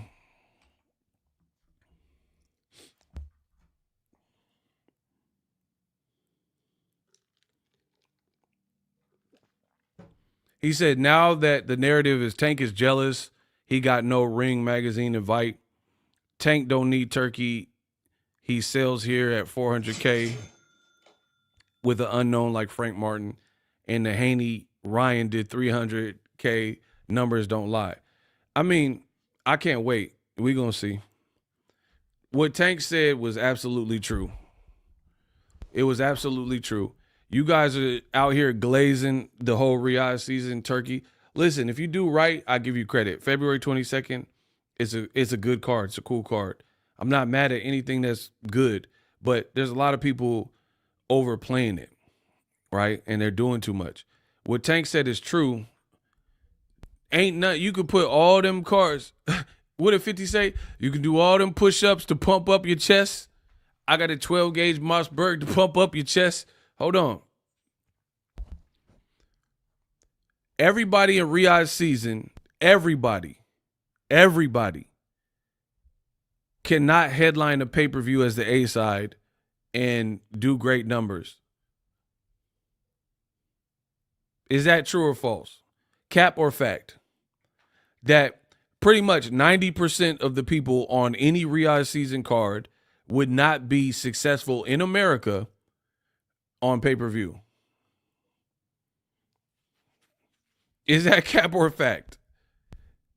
That 90% of anybody you name, anybody on any Riyadh season card, any match, if you put them in America, is going double wood. Like Daniel Dubois. And I'm not dumping on fighters. I like what he's doing. But I'm talking about star power. It's different. Daniel Dubois, you could put him with anybody right now in America, it's not going to sell. But Canelo's not on. When he fight on the Riyadh season card, y'all lying. When did Canelo fight on the Riyadh season card? I'll wait. Y'all just be lying, bro. See, that's how I know I'm great. I'm so great they have to lie in order to prove me wrong. Name a Riyadh season card that he fought. Listen, this is why I talk my talk, because I'm great. I am greatness in the flesh. I should charge you a fee. I'm telling the truth. They have to lie to prove me wrong. That's greatness. Name a Canelo fight that occurred to this date on a Riyadh season card. He's never fought on Riyadh season. So what are you talking about? But again, I'm telling the truth. They spreading lies. We just went over this like 5 minutes ago. I'm saying he was over there. What that mean? Messi's over there with Turkey. What that mean? That he didn't fight there yet. He's not confirmed that he is fighting on Riyadh season. We don't know what's up with that. So until that gets hammered out and announced, we don't know what that is. But again, boxing fans, they want to jump the gun. Bro, that's like me telling you if you're going to have a boy or a girl before your girl is even pregnant. How does that even make sense? Oh, it's a boy. Like, my girl's not pregnant. I know, but it's still going to be a boy when you finally decide to put a seed in her. It doesn't make sense. You guys are trying to skip steps because you're bored, you don't have a life, or whatever the case is. You cannot tell and do a gender reveal for a non-existent baby. You're talking about what the gender's going to be, and you don't even know if the girl's pregnant. You ain't even done a pregnancy test. You ain't even done an ultrasound, and you're talking about a gender reveal and having a party, and you don't know if your girl pregnant. This is the buffoonery. Like, see, in this world, like 2025, I'm going to get real disrespectful, because now y'all just insult my intelligence, and I really don't like that. Bro, my point is Canelo has never fought on Riyadh season to this date, period. Prove me wrong if I'm lying, which we know I'm not.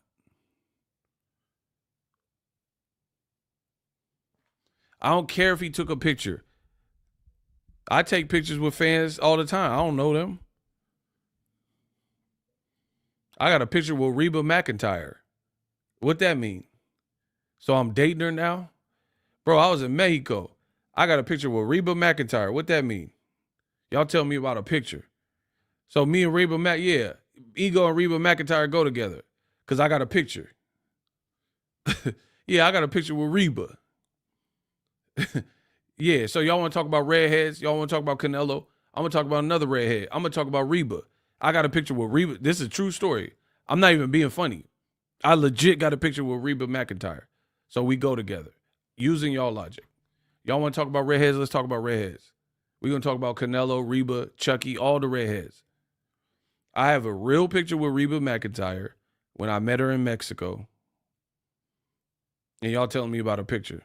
Like that equates to something. Ronald Lovo sent $10 in the Cash App. The face of boxing, the B-side now. He talking about Devin. Tank is right, though. In my opinion, one of the top fighters, and he didn't get an invite. Honestly, it only looks like PBC fighter there was Canelo. Exactly. Bro, and the Ring Awards was like a setup. Here's why. Bro, see, I didn't want to have to do this, but y'all made me. If y'all want me to cook and tell you the problem with the Ring Awards, then I'll cook.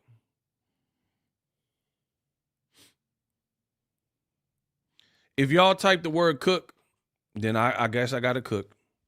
I'm going to let the fans decide.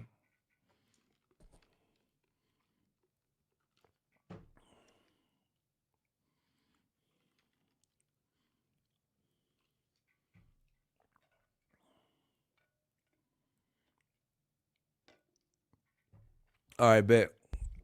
So the Ring Awards were insanely biased, and I can prove it. They gave the award to Anthony Joshua Dubois. Knockout of the year. Knockout of the year. Now, I picked Dubois. My 2024 prediction streak was crazy, right? It was a good knockout. You mean to tell me Tank knocking out Frank Martin wasn't crazier than Anthony Joshua? Anthony Joshua was getting cooked for the whole fight. In round one, he got like dropped, I think, or hurt. I forgot because I only watched it once. But he was definitely hurt at the very least, or dropped. How is that knockout of the year? Out of all the knockouts, Tank Davis put the man in Mortal Kombat mode, finished him, and then clipped him, and an undefeated fighter, which Joshua wasn't, he iced him. So he had hit him with the uppie. I think it was a left uppie, bop. And then Frank Martin was like, woo, finish him. And then Tank, bop. And then Frank Martin flew back on it like he was on a bobsled. So Tank's right. Like, bro, Dubois again, it's a good knockout. Joshua's been knocked out before, right? It's already been knocked out. Frank Martin put up a very good fight and a better fight than Joshua. Joshua had one moment where he tried to spam the right hand, and he just kept coming, meet with me. And he just tried to spam the right hand, and then he clipped with the first one. He clipped Dubois, and he like went back a little bit, and Joshua tried to, that's my opportunity, and he tried to spam it and got reckless. And then the punch didn't even look crazy that Dubois hit him with, but it was a little short, and then Joshua fell down and like, you know what I mean? But there's no way. I don't care what none of y'all say. You unsubscribe from me. If you think that the Dubois Joshua knockout looked more dynamic than what Tank did, then I don't even want to talk boxing with you. I don't want you to follow me for real.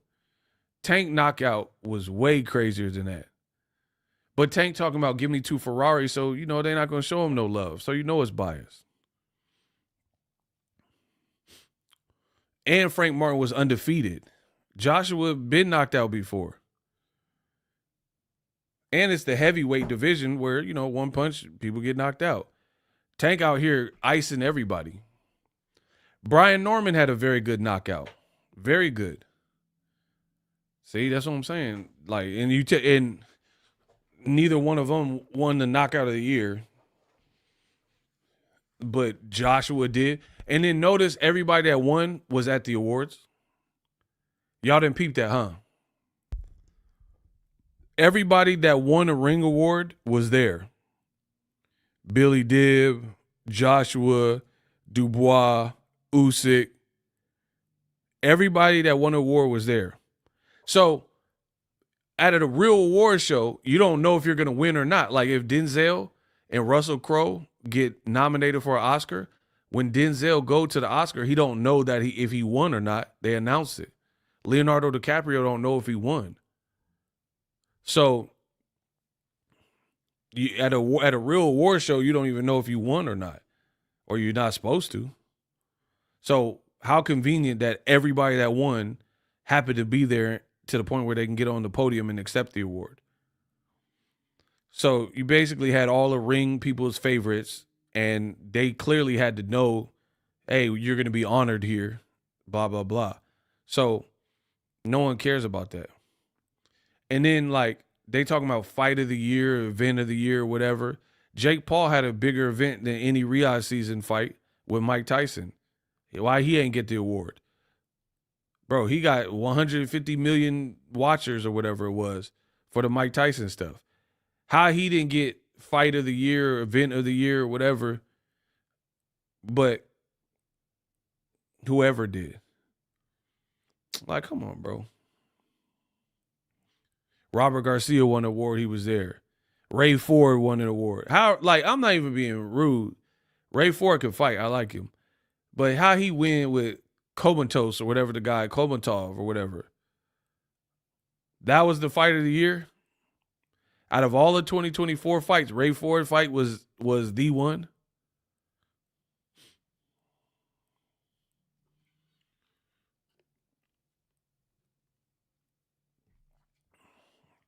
Tank has never fought a live soul on the same weight class. That man said on the same weight class. Bro, Devin has not got a knockout since 2019.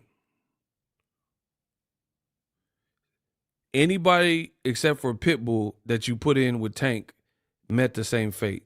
Is that true or false?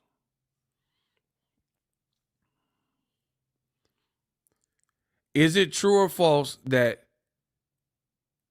everybody except for two people, but there's only one person that went 12 rounds with Tank, and that's Pitbull.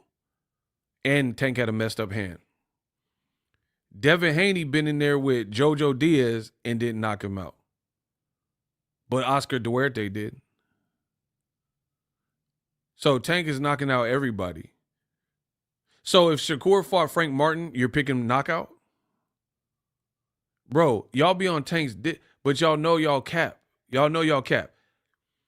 If Shakur fought an undefeated Frank Martin, or even this Frank Martin off the loss, does Shakur knock him out? Does Shakur Stevenson knock out Frank Martin, especially when they're undefeated? You couldn't even knock out Frank Martin leftovers, Artem Haratunian.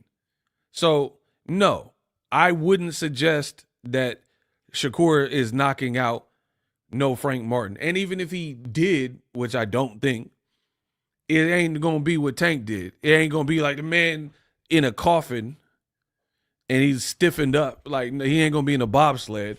Bro, stop it. Y'all don't know about boxing. Y'all want to hate on Tank, so y'all say all this stupid stuff, but y'all goofy. Tank Davis is sleeping everybody. Period. Everyone that he's fighting, he's pretty much sleeping them.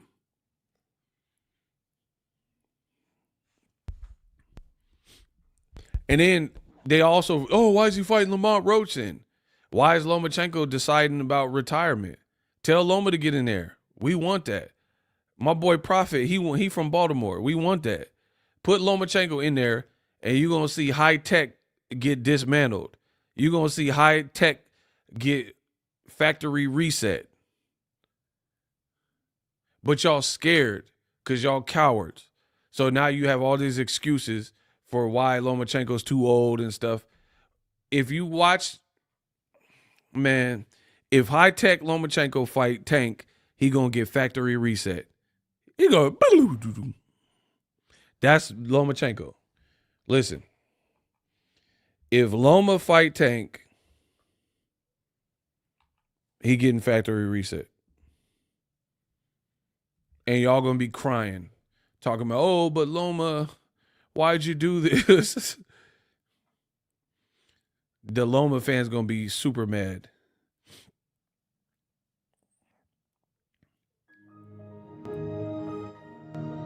You hear that? That's Lomachenko. This is Lomachenko. When Tank hit him on the button, hey, this for you, Max 7077. When Tank hit Loma on the button, this high tech. And when the smelling salts wake Lomachenko up, that's all you need to worry about. Tank gonna turn this man to Windows 95. Be like, man, you see that Tank punch? Yup. Man, Javante Davis, the bad mother. And Loma gonna be, huh? How did I get here? And then Tank gonna wake him up and knock him out again. I said Tank gonna wake him up and knock him out again. Bro, Mac, I'm not worried about nothing you saying. You ain't no Mac. I'm from the Bay, bro. Real pimps and players. This Loma. That's all you need to know about. Put Loma in there. See, they scared. I promise you. He'll do all this barking and chirping like Bill Haney, but then he don't really want to see it because he know Loma finna be Windows XP, Windows Vista. Nah, new meaning he funny. Let him live. Yeah, you ain't a Mac. You right about that. There go Loma again. When they hate, donate. Bro, Tank be having them in their feelings. How is it people press Tank to move to 140 to fight, but him and Loma started at the same weight class and nobody ever asked him to move up and fight at 140 because they want to challenge the Negro. That's what that boils down to. I hope I made it. Listen, the Knucker. If you are a Knucker, we want Max challenge for you. Yeah, I hope I'm clear. Do you hear me? Yeah, you. If you are a Knucker, then we want to see you challenge to the max. We know you're really good.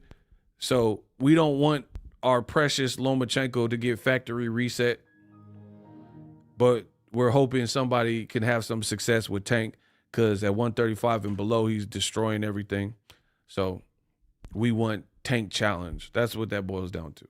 Hopefully I answered your question. That's a good one, though. Shout out to my boy Prophet. Bro, Loma said he want to fight Shakur in the crowd for free, but he don't want to fight Tank for millions. Okay.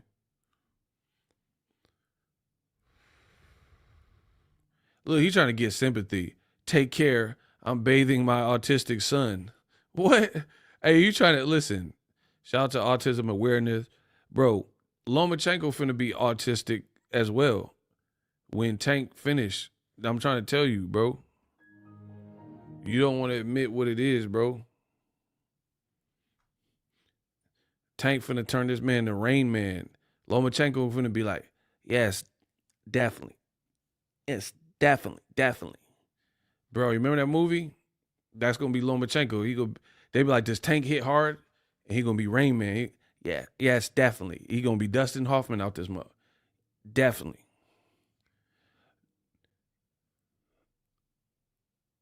He said, don't do that. Don't do what? How you gonna tell me what to do on my channel, bro?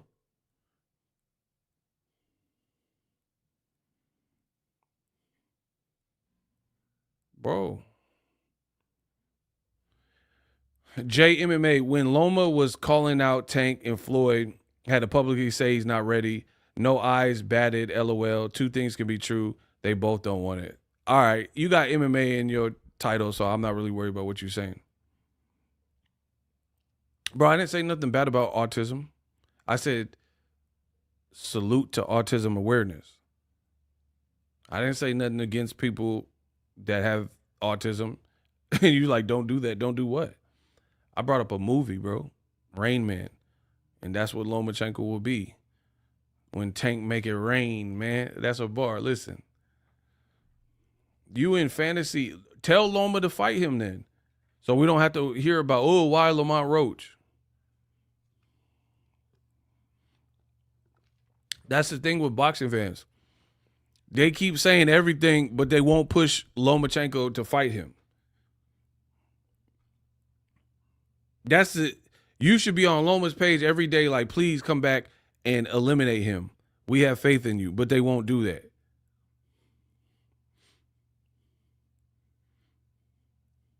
They got all the excuses for Triple G, why he shouldn't fight Charlo and Andrade, why Loma should just retire. See, if you got the complexion for the protection, they want you to retire in peace. They know if certain fighters that they advocated, they not going to retire in peace. Because if they fight the real ones that's up and coming now, they'll retire in pieces, like Lomachenko. So now they're like, oh, but 6 years ago, Tank didn't want to fight him. Why would you be worried about 6 years ago when the fight can happen now? And it's still a good fight and Loma's a champion. No, but 6 years ago, that's like me worrying about my ex-girlfriend instead of someone I'm dating now. Why? Why would you be more worried about your ex than your current situation? So I guess when Devin fought Loma was not at his peak either. That's what I'm saying. And then these are the same people that said Loma beat Devin. And then after that, he knocked out Kambosos, what Devin and Tio couldn't do. But then they try to act like Loma too old. How he too old when he basically 2-0 in his last fights at least? You know what I mean? Because y'all said he lost. He didn't really lose to Devin. And he knocked out Kambosos. And then that's it. So they should fight. Floyd schools Canelo at age 36. Canelo was too green with 40 fights, but now Loma's too old to beat Tank. So Tank won't be too green in his early 20s against Loma. Bro, I'm telling you, they just want what they want because there's like a hidden agenda to it. Lamont Roach is a scrub. That's why the fight got canceled. Block him for lying.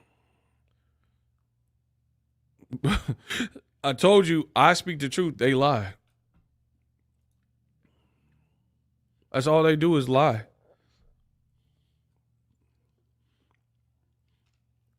They still talking about Tank ain't fight. So Tank put out that clip. He put out that clip looking super stupid sharp. He put that with no fight. Bro, Tank, hold on. Tank is the realest ever created if he just don't got a fight lined up and he just put out that clip looking that sharp. Like, in their effort to hate, they sound so stupid. Tank put out that clip where he was looking with Barry Hunter, and they still carrying on talking about he don't got a fight. If that's how Tank looked with no fight, then there's no one that can beat him when he has a fight. If he don't have a fight and he's looking that sharp, then yeah, he's like at a higher level than we all thought. So yeah, they still spreading lies that Tank ain't fighting, that Calvin Ford is fired and all that. It's the same stuff. And then they hate Tank so much, and they're like, oh, why did he say that about Turkey? I'm going to ask y'all a real question. Did you watch the press conference for February 22nd that took place today? From start to finish, did you watch the full press conference for Riyadh season? Yes or no? They can't beat me, bro. I'm too nice. Did you watch the full Riyadh season press conference that took place for the February 22nd card? And if you say yes, I'm going to quiz you. I'm going to quiz you if I don't believe you to see if you really watched it. So the bad guys probably know where you're at. Good luck. Okay. Nope. No. Yeah, and it was, I didn't even know about it. Not at all. Heck no. Okay, so all these boxing fans that are on a channel called Boxing Ego, they either A, didn't know of the press conference or they didn't watch it. So it looks like what Boxing Ego and Tank have been saying is true. You know you didn't watch that. And the funny thing is, these same mother uckers, they said this was the biggest fight card in boxing history. I'm not the smartest brother in the world. But all the people pandering to Turkey, like Bill Haney, he's like, man, Turkey, oh, Turkey. And all these people, Turkey, he's the one that got to do it. Turkey could do everything. Oh, we flew out for Turkey. Everybody like Turkey this, Turkey that. It sounded like they had a bodega, like they had a deli, the way they screaming Turkey, right? They all pandered to Turkey. They hold his hand. They bow down and kiss the pinky ring. They said he's the best thing for boxing, blah, blah, blah. Tank said he ain't the best for boxing. How are you the best for boxing? Da-da-da-da. Boxing Ego said similar things in terms of like, I don't see what you guys see in certain things. If the fight deserves credit, I'll give it credit. You guys told me February 22nd was the biggest fight in boxing history, but none of y'all watched the press conference. So it's the biggest card in boxing history. And you have content creator. I ain't never said it was the biggest fight card in boxing history. I said quite the contrary. But just pay attention to who says what. So when they get destroyed in 2025, you be like, man, Ego was right. All these people, listen, we're exposing all the flaw in boxing. Think about all the channels or content creators that said February 22nd is the biggest card in boxing history. That was their opinion. Fine. How many of those same individuals, when the fight card got announced, that said it was the biggest card in boxing history, they just did the first and only press conference to this point? How many of them talked about it on their channels or on their pages or whatever?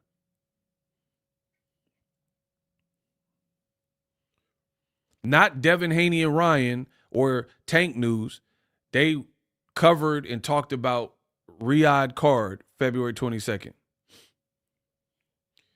So that's what I'm saying. I'm holding you, the fans, like you're an accomplice. I'm holding you guys accountable because you listen to people say and spew this BS and act like it's gospel, and then you know it's not true, and then you try to look at me cross-eyed like Tevin Farmer, like I don't know what I'm talking about.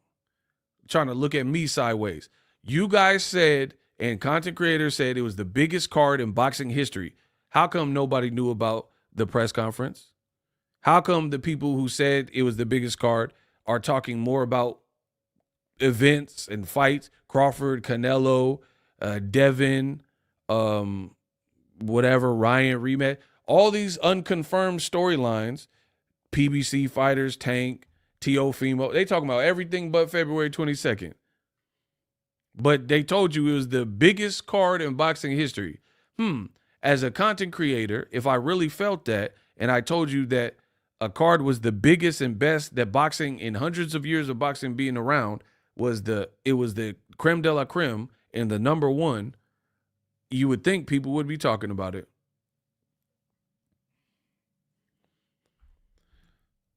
Imagine if Boxing Ego said, I seen a trailer for a movie and I want to see it so bad, I think it'll be the best movie that's ever created.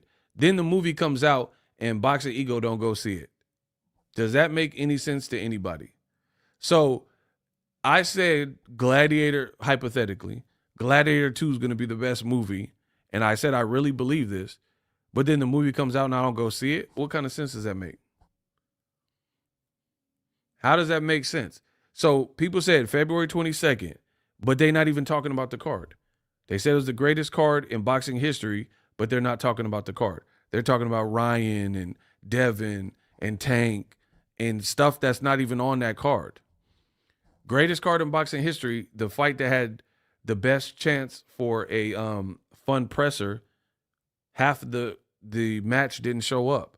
Floyd Schofield and his daddy didn't show up, so Shakur was by himself, and he was making people doubtful, talking about, I hope they don't pull out. Great way to sell your card, by not having the other half of who you're fighting in attendance, and Shakur saying, I hope they don't pull out. But hey, you guys said Turkey saved boxing, and this card was all that, the biggest and best in history. So You should expect the people that said that to be putting out a lot more content about that.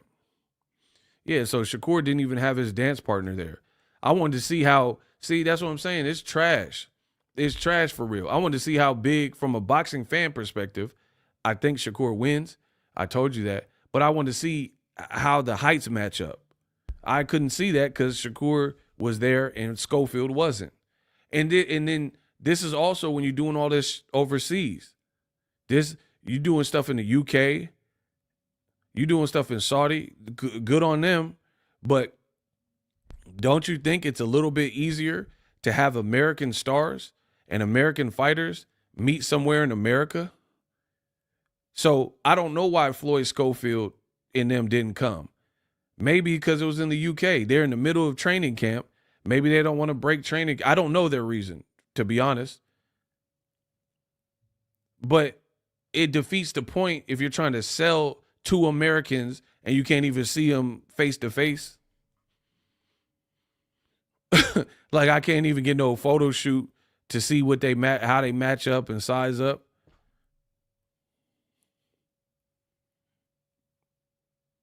But y'all like, oh, Saudi, yeah. Yeah, keep putting them fights over there. Yeah, put them fights all the way over there and watch the interest dwindle, because it's no disrespect to the region, but the time code is different. You kind of got to pick, either you have to, there's too many different time zones, so you have to pick who you're trying to impress. And to me, Riyadh season, they've already counted America out because they don't do any modifications to comfort or appease American fans. So I live in America.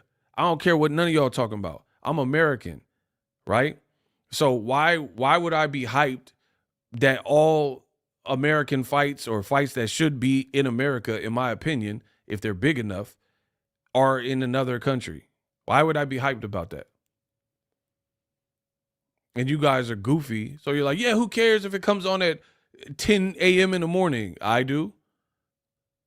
I do not want to get up and make egg whites and scrambled eggs and eat a bagel and watch Shakur. That's just not how, when I first wake up, I don't like to talk too much. I just want to get my coffee, get some sun in my eyes. I don't want to watch Shakur. No disrespect. I want to see his gap at 11 a.m. in the morning, bro. Y'all corny. Y'all are real life corny, bro. Bro, you eating brunch and watching Shakur. Back in the triumphant days of boxing, like Floyd run, you have a fight party. You have a fight party, hook up with the homies and say, hey, I'll bring the beer, I'll bring the sodas, I'll bring some plates. And then your homies like, man, I got the carne asada, I got the chicken, I got some hot dogs and burgers, blah, blah, blah. Ain't nobody doing that with no Saudi fight. How you going to cook chicken? Bro, you got to cook chicken in carne asada at 12? There's a lot of Americans, they not even off their job on a Saturday at that point. So you're not trying to do anything to cater to American fans. So why should I care about that? Why should I care about, hey, who cooking carne asada at 10 a.m. in the morning?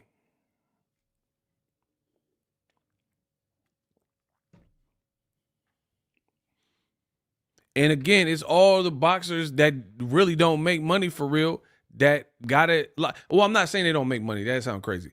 But what I'm saying is they don't make money for the sport. They're not big attractions and big draws. So you have to go. That might be the best look for you because you have to go over there. But it ain't the best look for everybody if you have star power or if you're American. If Gary Antoine Russell fights El Rayo, I'll be mad if it happened in Saudi Arabia. Why would that? Two Mexican-American and American fighting. Why they got to fight over there? You know what I'm saying? I don't get it. I don't get it. And then y'all talking about, oh, Tank's wrong for what he said. Not really. How's he wrong? How is it how is it beneficial that Shakur is not even a main event? Hold on.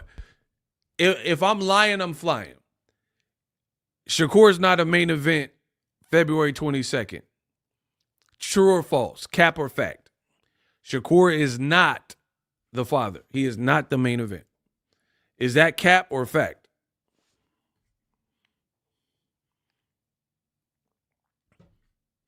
Okay, it's fact. Better be if Bevo is the main event. Hold on. Shakur Stevenson is not the co-main. Is that cap or is that fact? I'm going to show you how I break these bums down. Y'all some bums. Y'all all bums to me. Shakur is not the main event. I've established that. He is not the co-main. Is that fact? Okay, it's fact. So you're not the main event. You're not the co-main event. I don't even know if he's the third fight or the fourth, but I know it's not the first two. So you are going to have to, if you're an American boxing fan, you're going to have to watch Shakur probably at like 11, 12. And then the main event might be closer to 2, 3. And then they got a bunch of filler. They got Sierra. I don't want to see all that. Like, I don't want an 11-hour broadcast. For real, for real. And I don't want to see Sierra right now. I don't want to see Petey Pablo. North Carolina, come on and raise up. How you like it that? Where'd it come? How you like it that? To the floor. How you? I don't. 24, 34, 36. I don't want to see Petey Pablo and all this goofy stuff y'all talking about. Like, you done watch this card for 8 hours and you still got 3 more hours of card. And then you like, okay, finally we had the main 3 fights. And then Chingy walk out. Like, this one, Chingy. You trying to just get through the card and Chingy come up. Hey, say what? Right there. Saudi, like the way you do that right there, right there. This mother, Chingy. Bro. And then y'all saying, Tank ain't lit. He fighting Lamar Roach. At least I don't have to see Chingy. How about that? I like the way you do that right there. I said at the Holiday Inn, it was word how we met, huh? We were in Mom Bank of America. I'm with my son Cash in the chat. Bro, I don't want to see one call away. Turkey don't know what? Bro, you picking the rapper I don't want to see right there. I like Chingy, but I don't want to see that. Bro, imagine Chingy and Shakur. That's just a horrible combination, bro.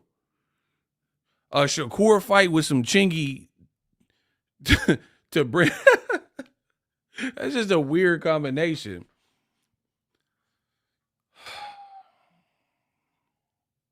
DTP, how we do. Pick me up if you want to come roll with me. Yeah, and you was my lady. Bro, and then Shakur walking out after. Nah, bro. And you was my baby. Every time I try to leave, something keep pulling me back, telling me you need me. It was meant to be. Gotta keep it. Bro, Tyrese. Bro, Ja Rule for sure finna be there. It must be the air. They got me like that. If it get any fatter, man, the rule gonna have to get at her. And now situations won't matter. I come to make you smile in the freakiest manner. J to the L-O. Hello. No, I'm not Lee Harvey Oswald. I'm the rule of the shot. Bro, I don't want to see that. But Turkey gonna have that for you. Bro, Turkey gonna have Can I Get a without Jay-Z. It's just gonna be a meal and Ja Rule. Can I get it? It's just you gonna hear Jay-Z, but you ain't gonna see him because Jay-Z's still too big. So he gonna have a meal. Well, if I put that on your mustache, cause you a Ford man, ambition make me so I can in the front end, bro. It's gonna be a meal, and then Ja Rule with no Jay-Z. Can I get it? Bounce with me, bounce with me. Can you bounce with me, bounce with me? Can you? It ain't even a question. And he gonna have the bandana trying to be like Pop. It ain't even a question how my dough flows. I'm good to these bad. Like it's easy to pimp a hoe. Better have my money for show before they go running they mouth. Promote how I be they bag out. Go ahead, leave it. Bro, they gonna have Ja Rule from the Light It Off. How many wanna ride with her? How many wanna ride with her? How many wanna ride with her? Hey, y'all remember that song? Hey, Ja Rule was kind of, bro. Y'all remember that one? Rule was kind of, he was kind of coming on that one. That how many want to ride with me? How many want to die with me? How many want to ride with? Hey, that used to go crazy. How many want to ride with me? How many want to die with me? Before that 50 Cent, hey, that kind of went. Remember, I'm going to ride to the end of the road, baby. This life will drive me crazy. We getting high lately. What a real Lord take me. What if my gangsters at? Yeah, bro. What the fuck did Turkey at? Lord, forgive me. Bro, Turkey finna be like, oh, that boy good. Bro, Rule gonna come out busting. And Turkey, that boy good. That Rule, baby. RULE. Oh my God, bro. I'm a rider in the bro, baby. His life will drive me crazy. Been getting high lately. What if the logo take me? What if my gangsters at? What if my is, bro? Yeah, ain't nobody. That's the zone card or whatever.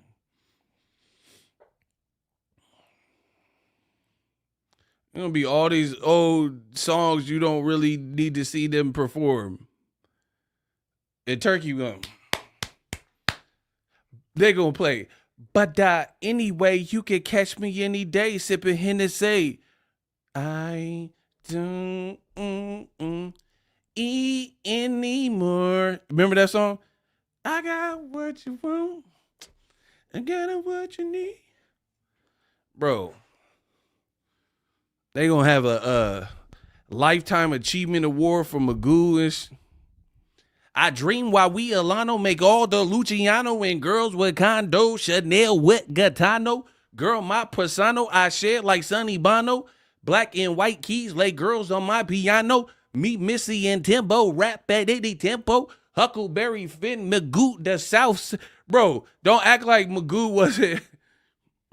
Don't act like Magoo wasn't coming with it. Rest in peace to Magoo. Hold on.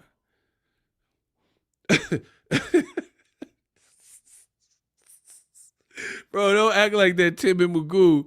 They finna put Tim and Magoo up there.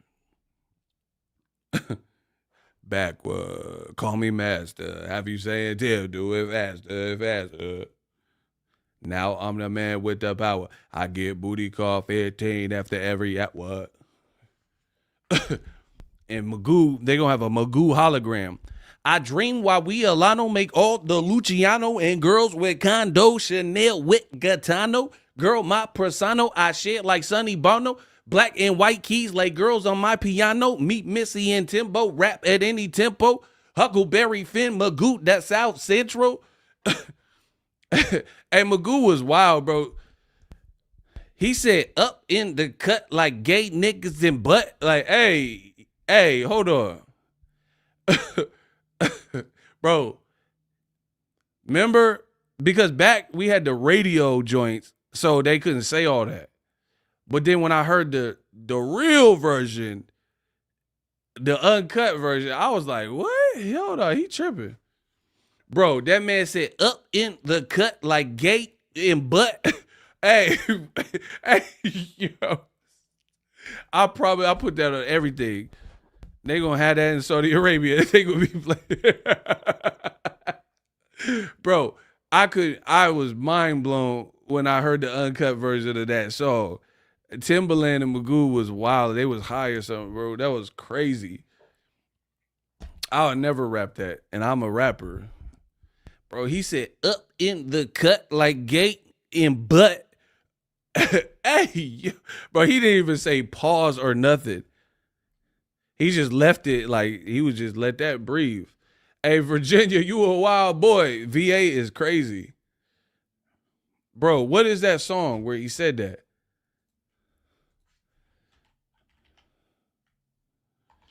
What? Up jumps the boogie. That's a up jumps the boogie jumps the beat.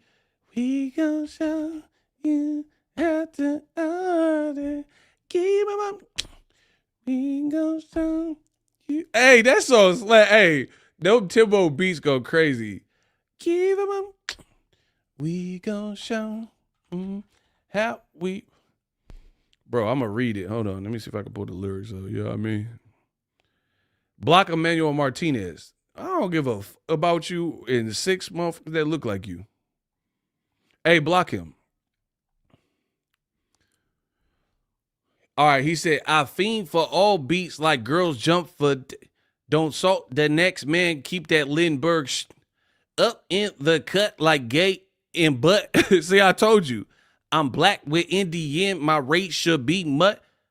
I cut with razor blades, play spade with Aunt Venus. What? Evaluate this rap. Take heed of ucking genius. Up in the sky. High, don't puff fly. Do you smoke crack, Sam? Prepare to fucking die. Hey, bro, he was wild. What does this mean? He said, I cut with razor blades, play spades with Aunt Venus, evaluate this rap, take heed of ucking genius, up in the sky, up high, don't puff fly. Do you smoke crack, Sam? Prepare to fucking die. Up Crazy Joe, my name is Crazy Flow. You thought I had 8, but I got 10 more. Hey, he was on. Hold on. Off beat and on beat. Oh, beat like Beat Street. I stink like Pop's feet make sweat with no heat. Oh, he was, bro. Hey, he was on one. He said up in the cut. I told you he said that. I knew he said that. Bro, your third bar. No, hold on. 1, 2, 3, 4. Your fifth bar said up in the cut like gate in. Yo, shout out to Magoo. Rest in peace, bro. I had to look it up because I knew I wasn't lying. Bro, he turned to Tyson Fury on me. Boxing only, please. Boxing only, please. Terminate it. Bro, why do y'all get mad that I get distracted? This is my channel. This is my y'all steady crying. Why y'all cry? They be telling on me, oh, you gonna talk about this. And what you gonna do? I talk about what I want. They be telling on me and say, oh, man, I can't believe he said this. Why you care? Why you care what I say?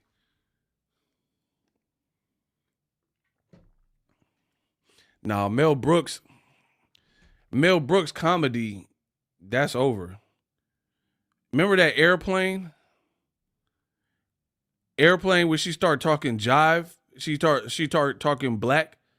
Now, whoever said that Mel Brooks, now it's over for that Mel Brooks. He would never. This new nation is too soft for that. Bro, do y'all remember on Airplane where they were like, do you speak black? And she was like, it was a white lady. Y'all know what I'm talking about? Let me see if I can find it. Y'all want me to find it? Y'all want me to keep cooking? I'm going to let the fans pick. Do y'all want me to find a little clip so I can show y'all what I'm talking about?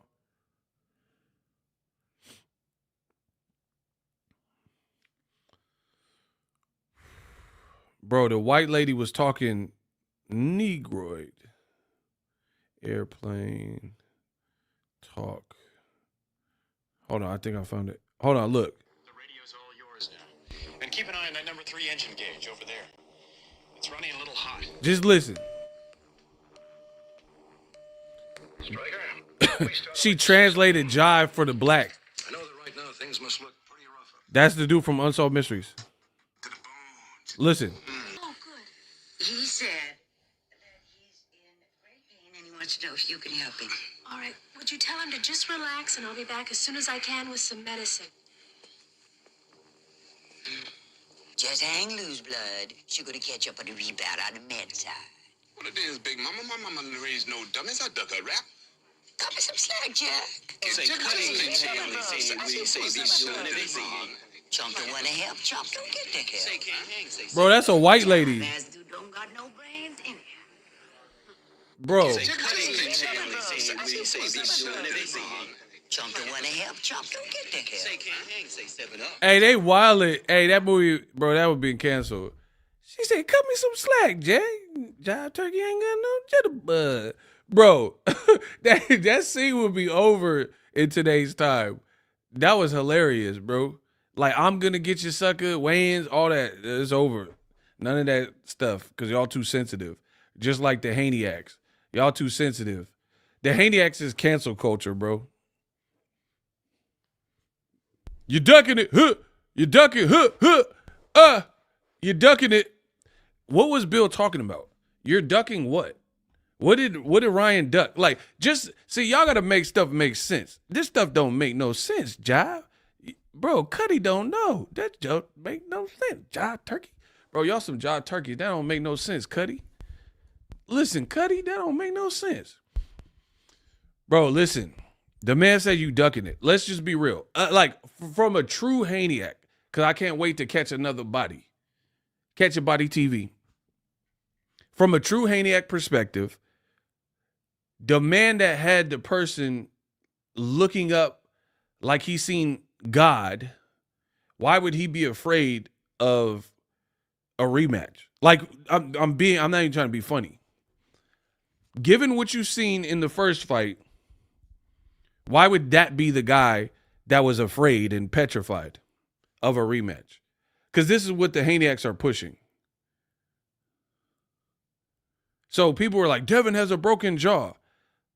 So you want me to believe that Ryan is petrified and terrified of Devin, and Ryan had Devin looking like a gopher at the end of the fight, and he literally dropped him over 3 times. They lied.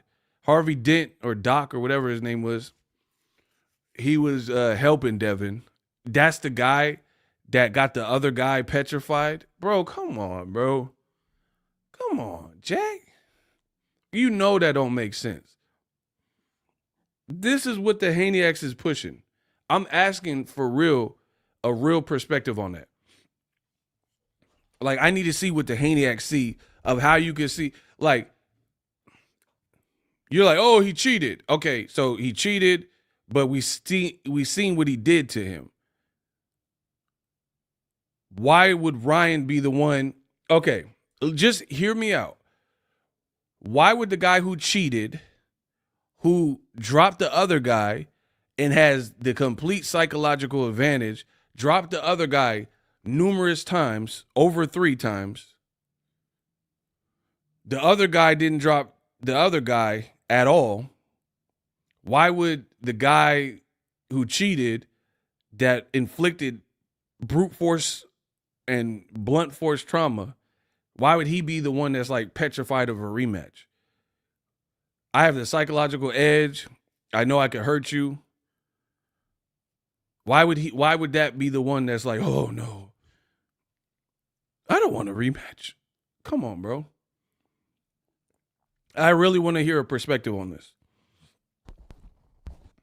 Where the Haney at? See, this, I give you all the floor and y'all don't say nothing. Why would the guy that inflicted that much damage be the one that's afraid or whatever? Because this is what Bill Haney and the Haneys are trying to push right now. Because if a person cheated and they're a cheater, but they still did all that to you, they have the complete psychological advantage. So how are you trying to flip this?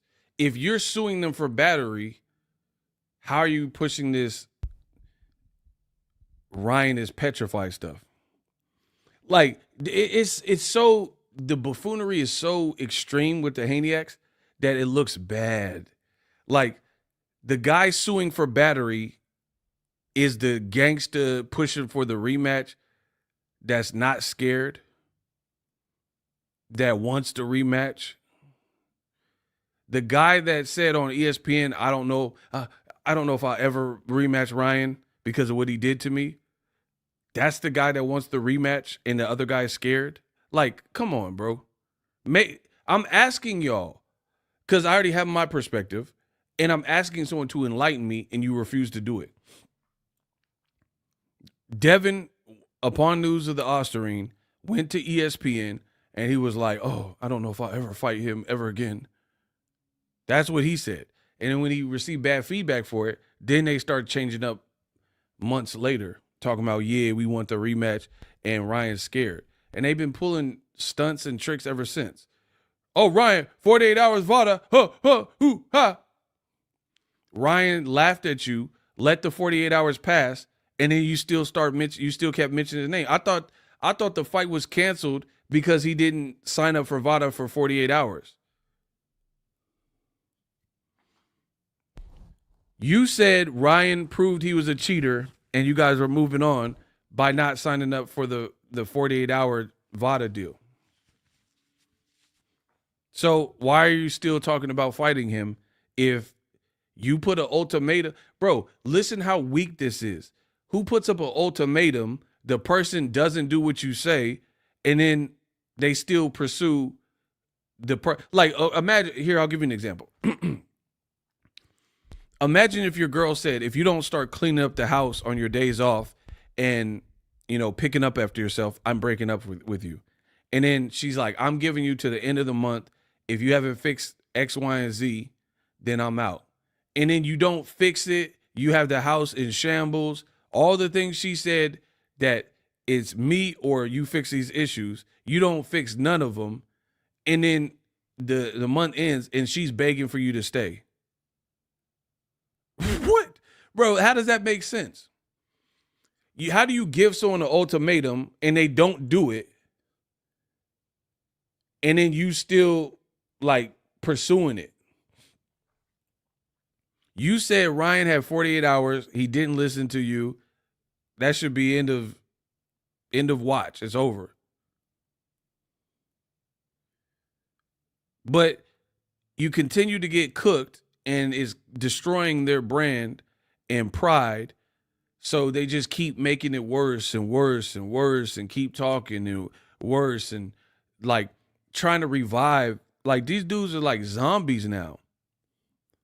Ryan flatlined what y'all was doing, and you had a chance to be resuscitated with some defibrillators. But the actions that you've done, now you just full on zombie talking about brains.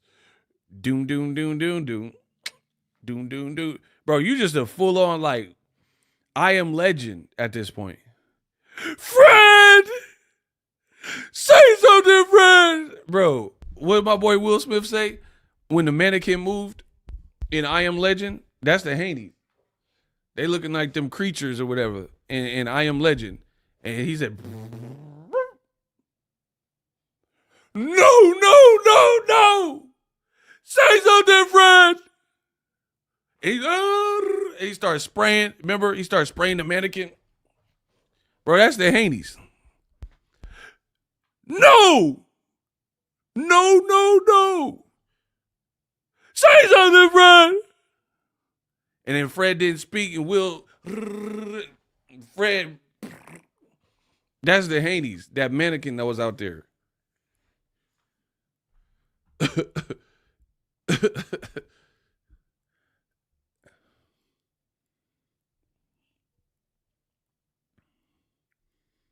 Someone said I just watched that the other day. His dog was a real one. He said he went out like a G. Y'all hilarious, bro. Man, my thing is, for real, it's at the point of no return. Because I'm going to tell you my honest opinion. My honest opinion, they both should take a tune-up and then fight at the end of this year. Definitely should do a rematch.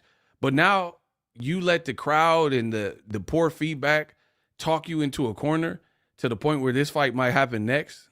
It's do or die. Bro, this is a do or die fight. If the rematch looks anything like the first one, Devin, his career is toast. Y'all better hope this rematch don't happen next. And if it do, you better hope Devin Haney looks Mayweather Gotti You better hope it's Mayweather Gotti.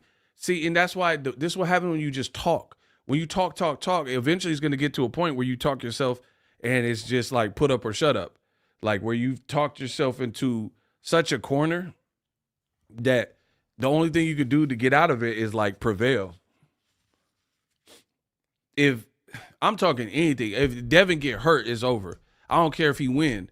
If he get clipped, then here's the standard that the Haneys have set forth. Don't listen to no Haney act. I'm telling you what it is. The Haneys have done so much damage to their brand since this fight. It crashed out so bad. If Devin does not Mayweather Gotti Ryan Garcia, their brand takes a hit. If he wins a decision, anything, if you don't Mayweather Gotti this man, your brand is going to take a hit, period. It's going to take a hit. If Ryan clips you and hurts you at any point in this fight, your brand is taking a major hit.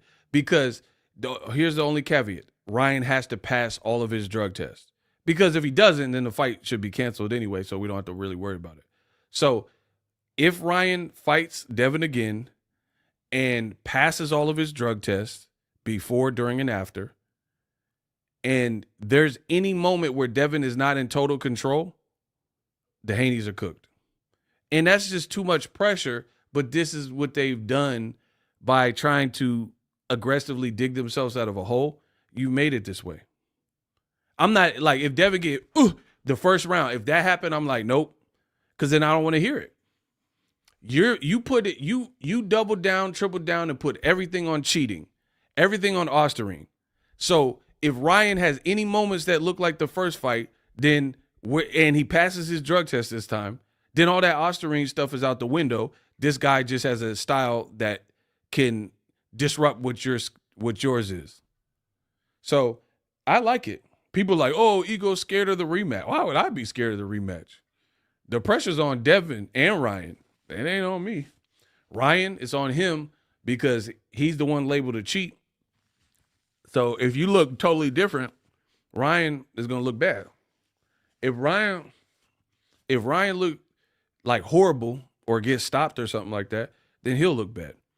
See how real I keep it? But I think there's more pressure on Devin because Devin hasn't had a knockout. See, I'm telling you, you guys are stupid. You don't know boxing, you're stupid. Devin has not had a knockout since 2019. So unless you believe that he's going to knock out Ryan clean or whatever, then that's a lot of pressure. That's a lot of pressure for a guy with minimal power to produce something. Because here's the other thing. Ryan's still the A side here. So I'm not Turkey. I don't know what terms and stuff he negotiated, but I would venture to say if they do rematch this year, it's not going to be at 140. Ryan couldn't even make that last year, and he told you. So the higher you go up in weight, the more it favors Ryan in my world. The Haneyacks live in a fantasy world. I don't really care about them. They're not going to keep it real.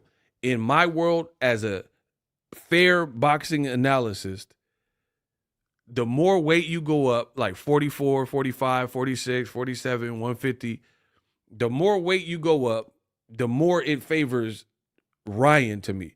Because I think Ryan his speed is still going to be cool, in my opinion. And he has power. So, and he looks big right now. So I feel like his power would translate well at a 47 or so. Devin had no pop at 35, no pop at 140, can't knock out a small Lomachenko, can't knock out Jojo Diaz, couldn't knock out Regis Prograis, who looked kind of bad in the fight, and his leg looked bad at 140. So if they do fight, I would imagine it'd be over 140 for obvious reasons I just stated. So is Devin going to move up and now have more power when he didn't really have power like that at 35 and 40? I don't know. Like, to me, that don't sound likely. Guys don't usually move up and just like, and especially without acclimating. Like, Dre Ward, he took a couple two tune-ups, then got his body filled out, then fought Kovalev. But it's different when you go straight into it. If Ward would have just went straight to Kovalev at 75, that would be an advantage to the very good fighter with more power, and you didn't acclimate to the weight class. So, yeah. So, to me, I don't really see Devin knocking out Ryan, especially the higher in weight they go. Could be wrong, but I could very well be right. So, you have an equal size, equal age, guy who's faster than you. And here's the other thing. The other thing to me is Ryan looked pretty bad in the first fight when he wasn't on. It looked like he really was a guy drinking and not training. If you look at more recent Ryan, like he was acting like a lush or something. I don't know what he had going on, but he was acting like he was on drugs. People were saying he was on drugs and stuff.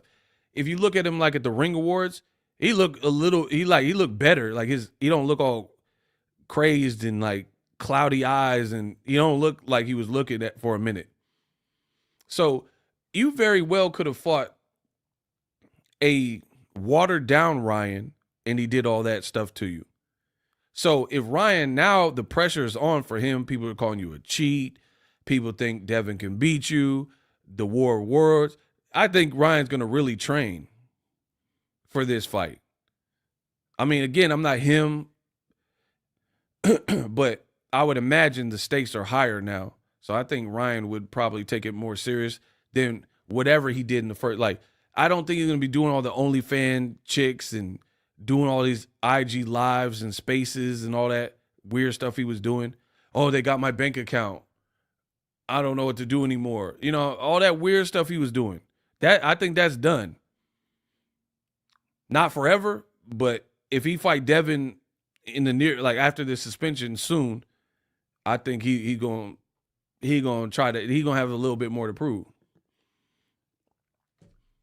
So that's another thing. These Haney, oh my God, make the fight, make the rematch. If I don't know what I'm talking about, make the rematch. We gonna see. I really think Ryan he wasn't 100% for whatever was going on in his world. He wasn't 100% to me. In recent interviews, he's talking better. He looks more clear-headed. I don't know what changed or whatever, but he looked better, and he don't look all strung out or whatever was going on with him. Looked like he was staying up late and all that. You know what I mean? He was staying up, drinking and doing IG lives with bottles. Even if he was playing, whatever he was doing he was looking weird. Now he ain't really on that right now. So I think he's gonna have a full training camp. So if you fought a 40% Ryan, 60% Ryan, and he did all that at a higher weight, fighting Ryan who actually has a chip on his shoulder because of people, bro, this could be a worse fight. You might actually see Devin get stopped. You might actually see a stoppage here. Like, no, Devin showed a lot of heart. I'm telling you, this spells trouble, and the Haneyaks are so stupid that they don't even see the warning signs. They don't see the red flags. You got people who want to be boxing ego. They are on my nuts so bad that it's like they want to prove me wrong so bad. They're just going to keep saying the opposite. But the difference is I don't say nothing that I don't believe. When I'm giving boxing, I'm always clear-headed. I don't drink. I don't do drugs. So this is real boxing takes on what I truly believe. When you're doing stuff to counter-program people and say the opposite or go against the status quo, that's not the same as someone who really believes in what they're saying. Like, I'm a Kobe Bryant. The world will see that. I'm a Kobe Bryant. I'm cut from the same cloth. So Kobe, he's not just talking about basketball and I'm the best and stuff. He knew it and he really believed it. These dudes do not really believe what they're saying. They're doing like Devin Haney defense videos and Ryan's a silly cheater and Ostereen's the only. They don't really believe this stuff. And if Ryan rematches this kid, and it looks similar to the first, and he passes all his drug tests, then they're going to look very foolish. I've been fair, so I'm not going to look foolish. I told you from the jump, I don't know what Ryan was doing, if he was really intentionally on drugs or not. So I don't look crazy even if Devin wins. That don't hurt me. But when you're giving false commentary, trying to, just go against it, you're going to look dumb in this sport of boxing. If Devin gets knocked out this time, where does he go from there? In the corner? Where Bill's going to put him in the corner and then keep talking? I don't know where he goes. Bro, that's my other gripe with Riyadh's season. Riyadh's season has absolutely no developmental plan for his fighters. It's just like Turkey got money, so whatever I want, I just want to make the fight, and I want the adoration. They have no real structure to what they're doing. I'm not advocating for soft matches all the time or cherry picking, but I've been in this sport so long, you have to have a plan for your fighter. Not every fight is going to be your toughest fight. And then if you believe that I'm lying, look at the fighters who just, tough guy, tough guy, tough guy, tough guy. They're punch drunk. They don't even know how to speak English anymore and stuff. It's not realistic. Every fight, Canelo, he don't fight killer after killer after killer after killer after killer, and he's a very good fighter. He threw in a couple Yildirim's and Pilgrims and stuff in there. Turkey don't really seem to have a developmental plan. It's always like, it's like we're doing a bunch of one-offs, and then we'll just, depending on what happens, then we'll decide kind of what direction we're going. So you're always like behind. Like, for example, if your intent was to make Wilder versus Joshua, why you put Wilder in them like tough fights like that? The fans wanted to see Wilder Joshua for like ages. Now you put Wilder in there with Parker, who's an upset specialist. You put him in there with 300-pound Zhang. And then he lose both, get knocked out in one. Now they talking about he fighting on BOK Prime. So it's like, who want to see the Joshua Wilder now? If your intent was to make AJ versus Fury, you put him in there with a middleweight that beat Joshua already twice. And then he loses. And then he loses again, even worse. And then now they talking about, we going to make the Fury AJ fight. And then now Fury came out today, say he retired. So all this stuff, you see what I'm saying? There's no like real plan to this.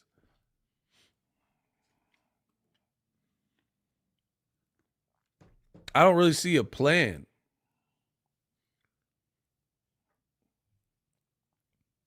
And I think in boxing, from what I've seen all these years, you have to have some kind of like structure to what you're doing. Like Madrimov. If Virgil Ortiz cooks him, which very well could happen, very good fighter. I'm not saying that is 100% what happens. I don't know, right? But I'm giving you an example. Virgil Ortiz cooks Madrimov. You said he was fighting 2 fights. Then, like Ego predicted, you had to pull him from the Boachuk fight, which is what I said would happen, and then it happened. He got pneumonia or he's sick. Oh, what a coincidence. So you pulled him from Boachuk. He's off a Crawford loss, has no belt. Now you're putting him in with Virgil Ortiz, which is a very good fight, but it's a fight he can lose, especially if his confidence is not there because he's no longer a champion. He's been beaten. Maybe Virgil Ortiz studies tape and sees what he can do. So if Virgil cooks Madrimov, then where does he go from that?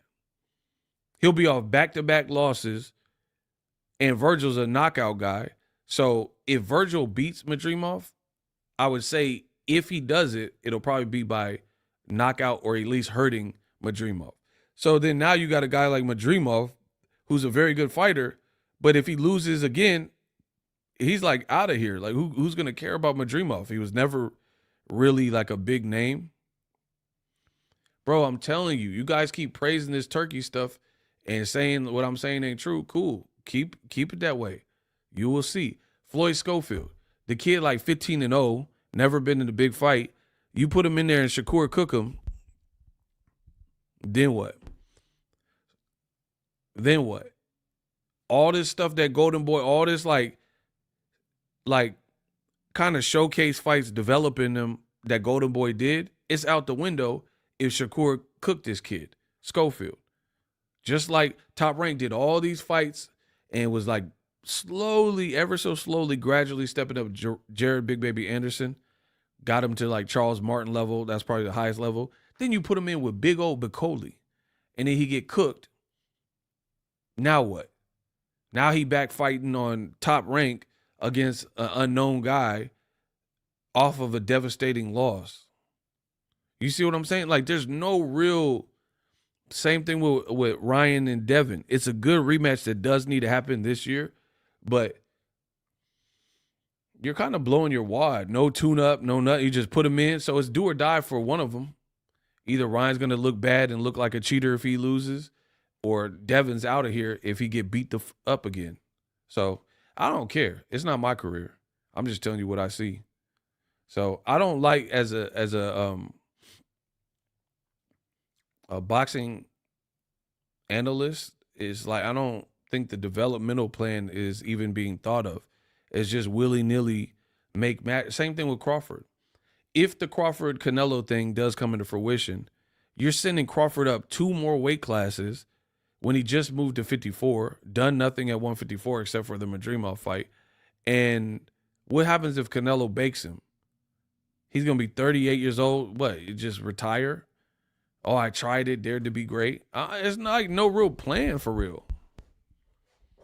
It's no plan. It's just like the only, I guess in some of these fights, the only saving grace is if Floyd Schofield upsets Shakur, or if the smaller Bud Crawford upsets Canelo. I guess that will help, to some degree. I don't know. But to me, I don't like it. There's not really a plan in place. It's just like flying by the seat of my pants. And like Turkey doing all these like 30-minute, hour-long meetings. Oh, we made a fight in a day. How do you cross your T's and dot your I's if you're making a fight in a matter of hours? If it was that easy, how come the UFC, they still ain't got Michael Chandler, Conor McGregor off? Conor McGregor, Jose Aldo took months to make. But Turkey, because he's throwing money at it, he's just making all the fights in an hour.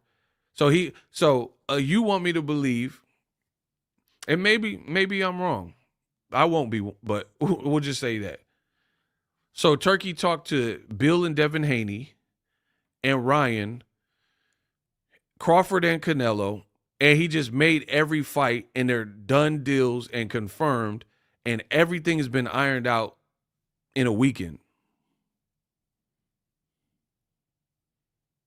Ready to go right now, like you can announce tomorrow.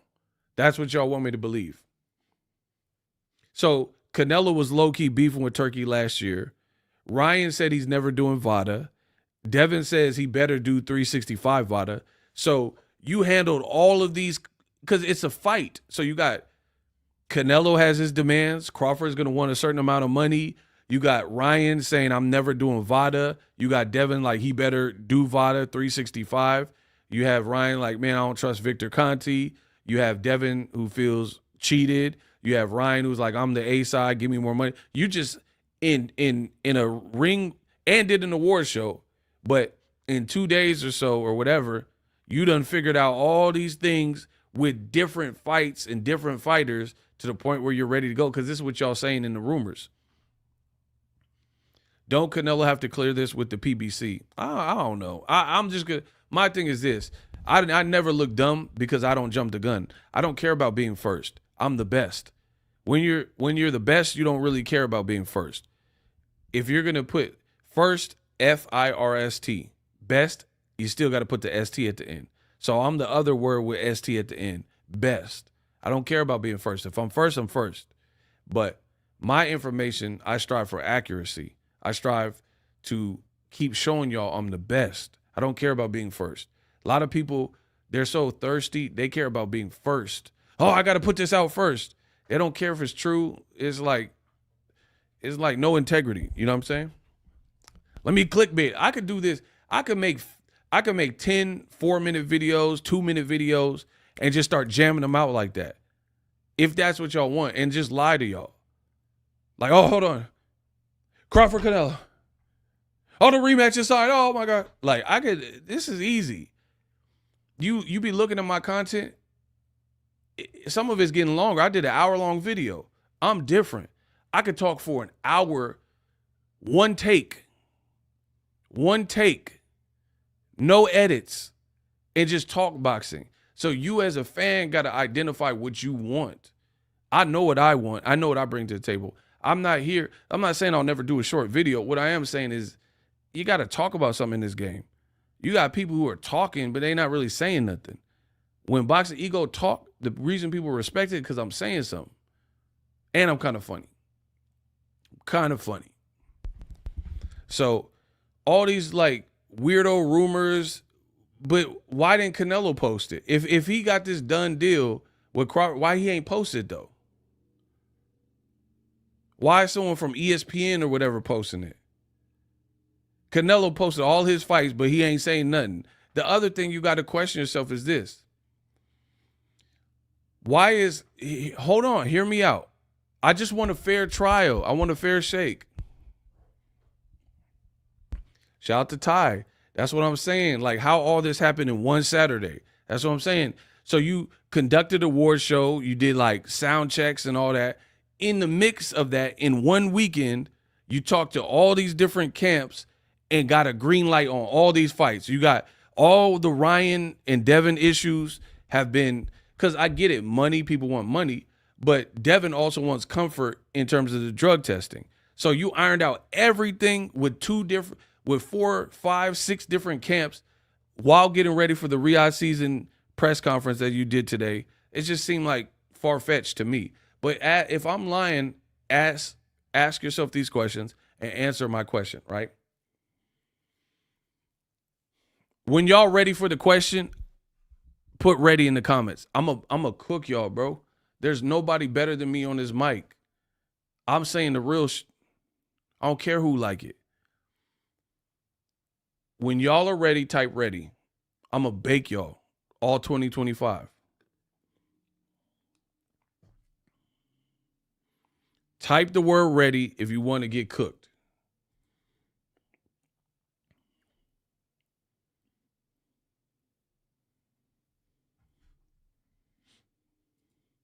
I'm going to ask a question that nobody will be able to answer, as usual, because I'm great. Okay. My question to you is this. The report says Canelo versus Crawford is agreed and ready to go in September, right? Is that true? Let's start there. The reports that everybody's going off of says that Canelo Crawford is done, basically, a done deal for September. Is that cap or fact? See, I got to give baby steps so y'all can really feel me, because I'm going to make y'all feel me. The rumor says Saul Canelo Alvarez and Terrence Crawford is done for September. Is that cap or fact? That's what I'm not asking if it's true. I'm asking if that's what people are putting out.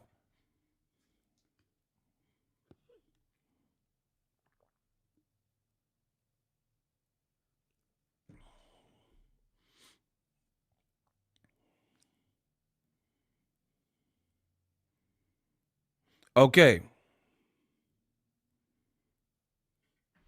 So my question is this. Why is Crawford Canelo, if it's done, scheduled for September? Last time I checked, May comes before September. Canelo fights on the Mexican dates of Cinco de Mayo and September.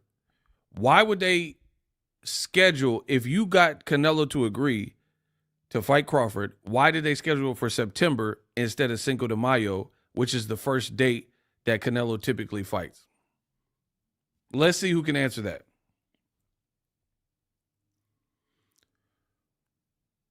Why did you, if you have Crawford on board, Canelo on board, the amount of money everyone likes, why didn't you schedule it for May 5th or May 4th?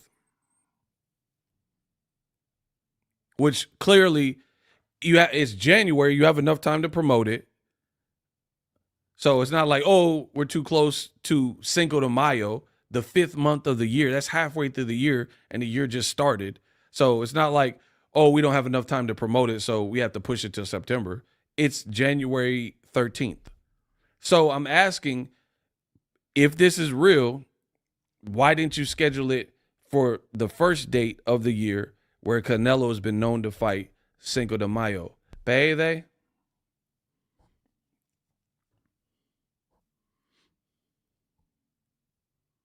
I'm waiting for you guys to answer my question. If this rumor is true, then how come Turkey or whoever did not schedule this for May 5th when you have plenty of time to actually, and you're keeping Crawford out of the ring longer, potentially. If you did the fight in May, Crawford last fought in August and Canelo last fought in September. That's pretty even. Canelo fought Berlanga in September. Crawford fought Madrimov in August. So why didn't you pick the first available date, which is months out, plenty of time to prepare for the fight and gear people up for the fight? Why did you make it for September when Canelo fights Cinco de Mayo? And said in an interview last year that he's coming back in May. I'm waiting. They say Boxing Ego don't know, so I'm asking you. You got Crawford on board, Canelo on board. People are like, oh, but they took pictures together. That's great. Why didn't they make Canelo's fight with Crawford for May? Why is it all the way in September, which is 9 months into the year? When you could have just as easily, if you have the money, the resource, the pool, whatever, you have plenty of time to put it in the 5th month instead of the 9th month. And once again, when I stump y'all, everybody acts like cowards. Everyone says I'm wrong and I don't know boxing, I suck and all that. But I ask you a question, nobody's standing up to give me an intelligent answer.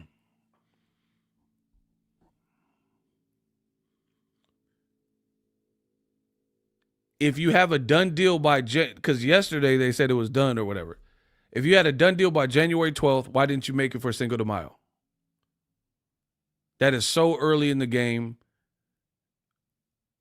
Like Manny Pacquiao and Floyd didn't have this much time because it took a while for the negotiations, right? They had to get Les Moonves involved and all that. So from the time they announced the fight and did the press conference to the actual time of the fight, there wasn't that much time. Now, if you got a deal done January 12th till May 5th, you got some time.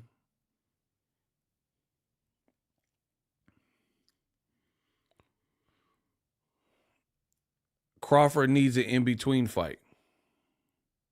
So why would you announce an in-between fight before you announced this fight? So that's what we're doing in boxing. We're announcing so who is this in-between fight for Canelo and Crawford? So they're fighting someone that clearly can't beat them then, because how do you assure that you'll make it to the September fight injury-free if you have an earlier fight? It doesn't make sense. So what if Crawford fights a tune-up fight, right, in March, and he gets headbutted and he got a cut, or he twists his ankle and the doctor say you out till December? So why would I get excited for anything that you guys are telling me? If both fighters or one fighter do an in-between fight, don't you have to kind of see what happens in that in-between fight? Jaime Munguia just got knocked out by a guy with 4 knockouts.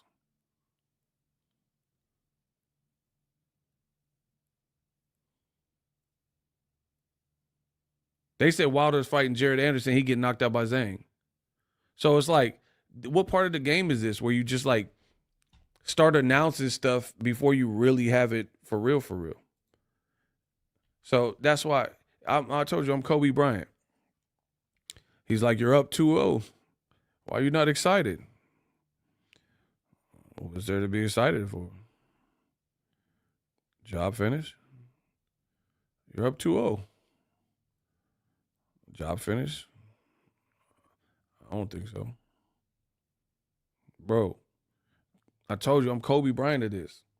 Job not finished. Like, what y'all want me to say? Oh, Crawford, oh.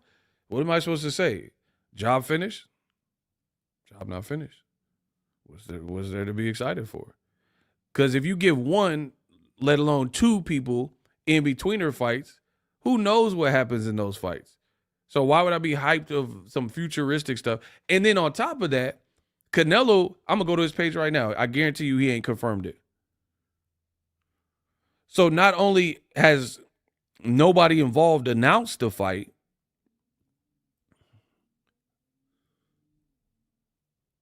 what do I say? Look, I'm on Canelo page right now. No announcement for the fight. So, job not finished. Job finished? I don't think so. Why would I be hyped for this? Canelo ain't actually announced it. Turkey ain't actually announced it. Crawford ain't actually announced it. And then y'all telling me some rumor talking about, oh, they both might take tune-ups to get ready. Bud might do a fight at 160. Okay, so if he do a fight at 160, there's no chance he could lose in a new weight class? Like, what are we talking about? And then boxing fans, it's like, I don't know about you. I don't like when people waste my time. So when you waste my time, it's an insult to my intelligence. That's why I don't like it, right? And I don't know what kind of time you guys have, but it's just stupid. You guys are letting 50 different rumors that you heard float around and then running around and doing fight predictions. Why would I do a fight prediction for a fight that's not announced? That's always been my rule. Why would I get excited? Why would I start clapping anything for a fight that is not announced? Even if they announce it, it's still in September. And if they do in-between fights, we got to get past that to get to September. People didn't even secure the house. They didn't even close escrow, and they doing a housewarming party. Y'all are goofy. And I'm telling you, if you are goofy like this, please make yourself disappear from my channel. I don't deal with people like this in the real world. I don't want to run my channel like this. People who are celebrating having a housewarming and sending out invitation, you ain't even get keys to the house. And then something come up in your background check last minute, and they're like, oh, you owe Blockbuster Video $10,000. This deal is over. We can't give you this house. You didn't clear the blah, blah, blah. People throwing parties and like want celebration dinners for getting a job, and then you didn't pass the background check and you didn't actually have a start date. You didn't really get the job then, right? And this is what you guys waste my time for. And then some people even hear these lies throughout boxing and rumors and stuff, and they come to me like, oh, ego, what about this? What's it to you? Bro, it's nothing to me. Job finished? Job not finished. Again, all I ask is do not insult my intelligence. Wasting my time is a form of insulting my intelligence, and I do not like that. So if you're a little kid or you're full of time and this is how you think is the perfect way to run boxing, you're not going to like me. So you might as well just unsubscribe. Dudes in boxing act like females. Hey, shout out to Soto. With fake gossip, we want truth and facts. That's why this channel is the best. Talk to him. Luis Duerte says, Devin quiet in person, but all talk behind the phone. Bro, make the fight. Listen, and the funny thing is, if I'm wrong, great. If all these fights are made, this is the bums. This is like the Haney-acts and the haters on my channel. They be like, oh, ego, you're mad because Crawford got the fight. Oh, you're mad because the Ryan rematch. You silly sap. You foolish infidels. I am a content creator. I monetize every single piece of content that is put out. Why on earth would a content creator be mad at anything that provides more content for me? This is who you believe. You believe the people going against Boxing Ego. Oh, Ego's just mad. He don't want Bud to get the fight. Bro, I don't care if it's a double knockout. It's content for me. You guys are the beta males in the bum. If Canelo and Crawford knock each other out, double knockout, I am getting paid from it, from my content. So I don't care. I hope they both knock. I hope it's crazy. I hope Crawford spit in his face, because guess what? I'm a content creator and I monetize this. So if he spits in Canelo's face, Canelo gonna react and I'm gonna make a video about it and we running the numbers up. But you guys are such beta males. They think I'm mad at all these fights and all this. Why would I be mad? You got to ask the broke people in boxing. They the ones mad because they don't really get paid in boxing. Why would you do this to me? I get paid. Like, it don't matter. If Crawford upsets Canelo, good, great. Bud, you did it. I'm going to make a video.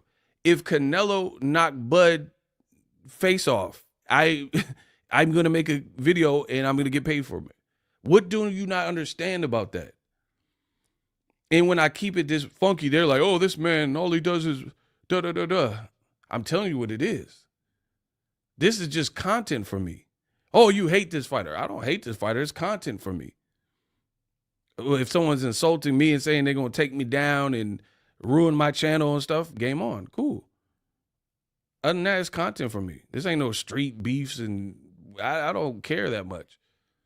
I can't speak for other people, but, we stay ready. Joaquin Arizola, ego stay cooking. Absolutely. Yeah, people, it's the dumbest logic I've ever heard. Is like, that's like someone who has a hip hop channel and Drake and Kendrick are beefing. Even if you like one of the rappers more than the other, you're still getting paid off of monetizing the content about them beefing. So I like the metrics and like what people use to like against you don't really add up. Oh, ego's mad because Devin got the Ryan fight. First of all, it hasn't been confirmed. Second of all, I don't give a if he got the fight, he got the fight. He's the one that got to prove something. I didn't get hit with 18 left hooks. So how do you guys believe that no matter what happens in a rematch, if they rematch, how does this affect me? I'm not the pro fighter. I'm not the person that got dropped by Ryan repeatedly. So them rematching as a content creator, how do you think this like hurts me? You think I lose sleep off of these fights? Oh, AJ got knocked out, mate. Is you losing sleep? Bro, why would I lose sleep? Because AJ went to sleep. This is how dumb boxing content has gotten, to the point where you got ego ops who they'll say stuff like that. Oh, ego's mad because Crawford got the fight. I don't give up. If he got the Crawford Canelo fight, he got it. I'm going to make videos about it, whether anybody likes it or not, and I'm going to get paid. Sounds like a deal. So I'm not as invested in outcomes. Of course, I have my opinion. I live in a state where you can't even sports bet. So there's never a fight I lose money because I don't sports bet because it's illegal in California. So we can't. So I never lose money no matter what the outcome is. It's all money in. Nip Hustle voice. I make content on the fights. I get paid on every piece of individual content. And we're multi-platformed. I get paid on Facebook. Right? That's a reality. I get paid on Twitter. Right? That's a reality. You know I'm the man in YouTube. I get paid in YouTube. So when you guys say this stupid stuff, I laugh. Oh, you're mad. Devin got the fight. Crawford, ha, ha, ha. Why would I be mad? I get paid on multiple platforms to talk about these fights and give my voice and my breakdown. Sanicia Estrada is more exciting than Devin Haney. Wow. Hey. Hey, bro. Y'all tripping.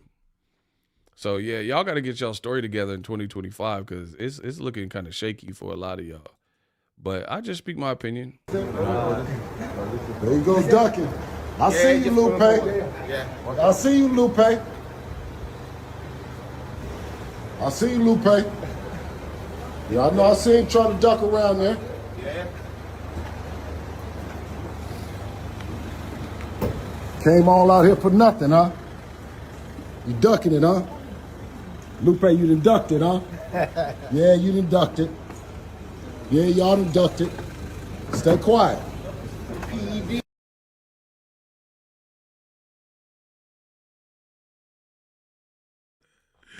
Bro, the man says stay quiet while Devin stayed quiet as well. You're harassing a older attorney. Yeah, Lupe, you done ducked it, Lupe. Bro, that is just, it's so stupid. And then Haney's like, they thought this charged up Devin's career. Oh, he got him, yeah. He made Ryan get into the car he was already getting into. Yeah. Like, bro, you really punked him by making him do what he was already going to do, whether you were there or not. Yeah, Bill punked him and he got in his car. His Uber was ready. That'll show him. Y'all square, bro. Y'all L7 square, bro. I honestly, what's cool about that? You did what you was already doing no matter what. Whether the Haney crew was there or not. You was going on a little date or whatever you was going. Who's Lupe? That's Ryan's advisor / attorney. So, and he like, you ducked it. Ducked what? And then like, it's just boxing is looking too stupid for me right now. So we just gonna cook and do our thing. But y'all gotta get with it. It's like, it's not me, it's the fans. That y'all accepting stupid levels of stupidity. Like, you ducked it, and then the next day Devin's like, oh, I guess he's not or he said, I guess he didn't duck, he's a goose. How you have a whole video saying he's a ducker and he ducked it, whatever that means, and then now people are saying the fight's done a day later.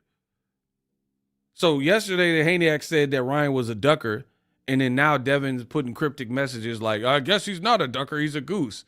And now the same people who told you Ryan was ducking yesterday in that video to try to justify it, to make Haney look cool and look like he punked Ryan, now they're saying the fight's done. I mean, which one is it, bro? Like, that's my question, is all of these things, which one is it? They say, oh, Ryan, he ain't done no drug test since the fight.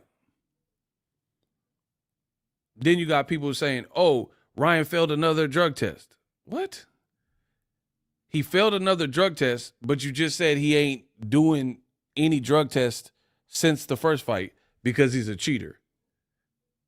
You guys, like I said, 2025, I'm going to start judging you. If you're around this and you're around this energy and you let people pee on your leg and tell you it's raining, I'm judging you. Like, especially because 90% plus of my audience is men. What type of man allows another man or person or entity or deity or whatever to lie to them and just go along with it? You guys have no spine, no backbone. You invertebrates to me. I can't respect that. I have to judge you by the company you keep.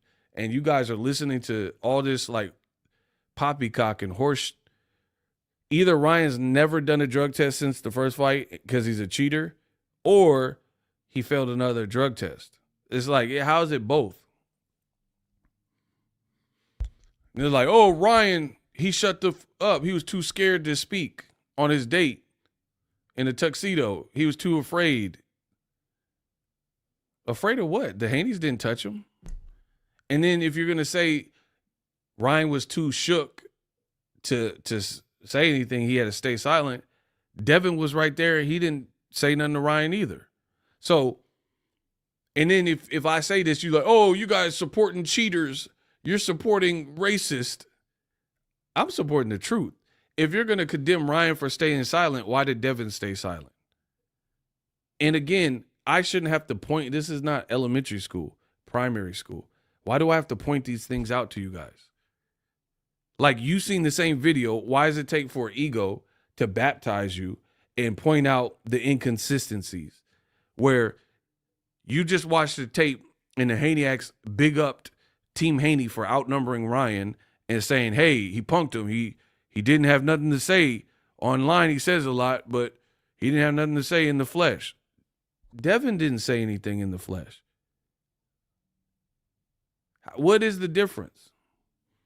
Devin watched him get in the car on his date, stood there quiet while his daddy, at age 26, his daddy was the one barking, and he didn't even do nothing disrespectful. He just said, someone said PED as the door's closing. And then Bill Haney said, you ducked it. Lupe, you ducked it. And you guys think this is good for boxing and this is what a black father is supposed to be? I don't know. It's making me question y'all. Do you think Canelo made a deal? I don't care. What don't you understand? I don't care. I'm a grown man. I have a life outside of this. So if he made a deal, why are boxing fans so in a rush that they have to rush the news cycle to know something? Like, it's like people, I'm really feeling like this is like little kids on Christmas. You can't wait to see what's under the tree and open your present. You sneaking in your mom's closet, a week before Christmas, trying to like peek at what you're like. Y'all need a life, bro. Y'all need fresh air. I don't care. Whatever Canelo decides is going to be what he decides. I'll report about it. I do not care to speculate and all this goofy stuff. Like, y'all speculate like it's a gender reveal. Oh, do you think it's a boy? I'm a type of person, I want to know what it is, bro. Y'all like, oh, is it a boy? Is it a girl? And want to have all these long, drawn-out conversations. Just tell me what the gender is, bro. Tell me who Canelo's fighting so I could judge that. Tell me if the Haney rematch with Ryan's on so I can make my content. You guys are like, oh, I must know immediately. Joseph said Bill is a cop. Bro, it's not like a civilian took that video. That was like Bill Haney filming. Like, you a grown man, 50, 60, whatever age you are, pushing that, something, you somewhere in there, and you filming some little kids. Like, imagine, that's like your dad coming to your school in high school, and then you beefing with somebody, and Grandpa Haney coming in like, oh, no, say something, push him back. That's Bill Haney. Devin get pushed in the sandbox, and he said push him back. Like, why your pops got to tell you what move to make when you of age? Push him back. Don't let him do that. Trip him. Huh. Ha, ha, ha. Ha, ha, ha, ha. I bust it. Look. Ha, ha, ha, ha. Grandpa Haney trying to give Devin the moves. Kid pushed Devin, and he talking about push him back. Come on, son. Don't let him do that. Hit him. Uppercut. He coaching him like he in the ring, like in the ring, like he, you know how the corner throw out the corner of advice? He do that when it's not in the ring though. How you got corner advice in the streets? There you go, Devin, look, say something. Kick him, spit on him, throw a rock at him.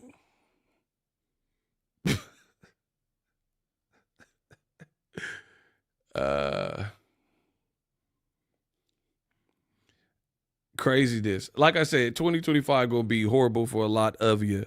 Keep playing the game, spin the wheel, keep dissing me. I'm with all that. You know what I mean? We gonna see. 2025, we're gonna see what's gonna be and who ends up right.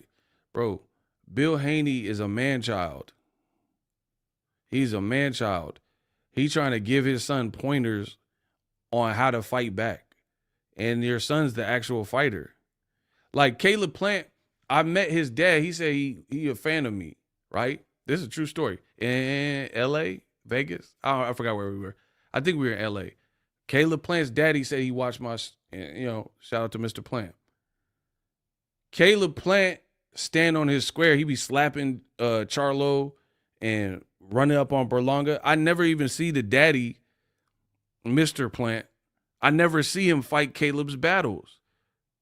Caleb got to be raw, bro. He raw. He one of the rawest boxers because Caleb and people, he a white boy, so the people try to like try him, pull his card, and Caleb stand on his square. I respect that. I respect that, bro. Caleb don't got his daddy fighting his battle. And his dad be with the team sometimes and stuff. He just let Caleb, he know Caleb is capable. See, you only do stuff when you don't think a person is capable. If you know a person is like, remember when Caleb slapped Canelo when they were slapping each other? The dad didn't overplay it. Caleb like, yeah, muff, you a muff. And then Canelo like, don't call me that. Ah. And they fighting and slapping each other. The daddy didn't have to instigate. The daddy just played the background and let his grown man son with a kid, you know what I mean, let him handle whatever beef with Canelo. He didn't give him pointers and tell him, Bill too involved. I'm trying to tell you, bro. Bill too involved. You doing too much. And it's making people punish Devin for it. You are way too involved, sir. Like, it's okay to love your son and try to guide him and stuff like that, but you too involved. Like Angel Garcia, all them, none of them was doing all this. Angel was funny. People like Angel. He's like, don't talk to me about no good. Look at my teeth. You talk about Danny, champ of the world. Talk about Danny. Yeah, Danny. Bro, people was liking them. Angel was funny as heck. Bill Haney overplayed it. If this was the Apollo, the Sandman would have been hooked Bill Haney and took him off the stage. We liked Kenny Porter. We liked Angel Garcia. We liked Floyd Sr. Bill Haney, you on your own. Angel was funny. He was like, Zab, take that Janet Jackson hat off, Zab. Yeah, ponytail. Bro, we like Angel. He was saying some funny stuff. We like Jaleel Hackett dad. Like, Bill the only dad, bro. And then the Haney say he the best black dad and daddy of the year, manager of the year. Bro, you the worst. Because all them other daddies, Caleb dad, everybody else daddy let the fighter do what the fighter do. Bill too involved, bro. And imagine this. Imagine this. Imagine this. If your dad is that easy to trigger to the point where Charleston White, Boxing Ego, he like starting all these small fires and issues and back and forth and arguing with people on Twitter, why would you want someone like that as your coach? Bro, I'm Sun Tzu, Art of War. I don't want no coach that's overly emotional and can't stay out the frame and think they're the show. I don't want no John Fury. Bro, John Fury headbutting people, he bleeding. I don't want that. That's why Tyson Fury, I don't even really care about Tyson Fury, but he rematched Usyk. He took his daddy up out there. So Devin, he not taking his daddy out there, you part of the problem. Tyson Fury knew his dad was, because I think Tyson Fury in the first Usyk, his dad would kept talking in the corner. He trying to hear Sugar Hill, the real trainer and real Kronk guy. And the daddy's like, doing that pirate talk. You trying to get real sound advice from the trained professional. So from Devin, if you're really Devin, why would you even want Bill? Like, you could have Floyd Sr., Mickey Bay. I'm sure Zab Judah, he's a fighter at a point. Maybe he would have trained you. Freddie Roach. All these other people that are going to be less involved in that stuff. And then just let Bill be the megahorn and the megaphone. That would have made more sense. Why you want this muff as your trainer if he's that easily to like manipulate? Because Ryan played them. This man had a boxing psychology for dummy book. Ryan took it and tossed it in the crowd and clearly won the mental warfare games and had them fighting the wrong game plan. Why would you want a trainer like that, bro? Where your trainer's so triggered because of Ryan drug test failed, because of the trash talk, whatever, that he gonna tell you this, hey, you ain't got no pop, but stand in the center of the ring and give you the wrong advice based on pride. What actual fighter that cared about his career would want that?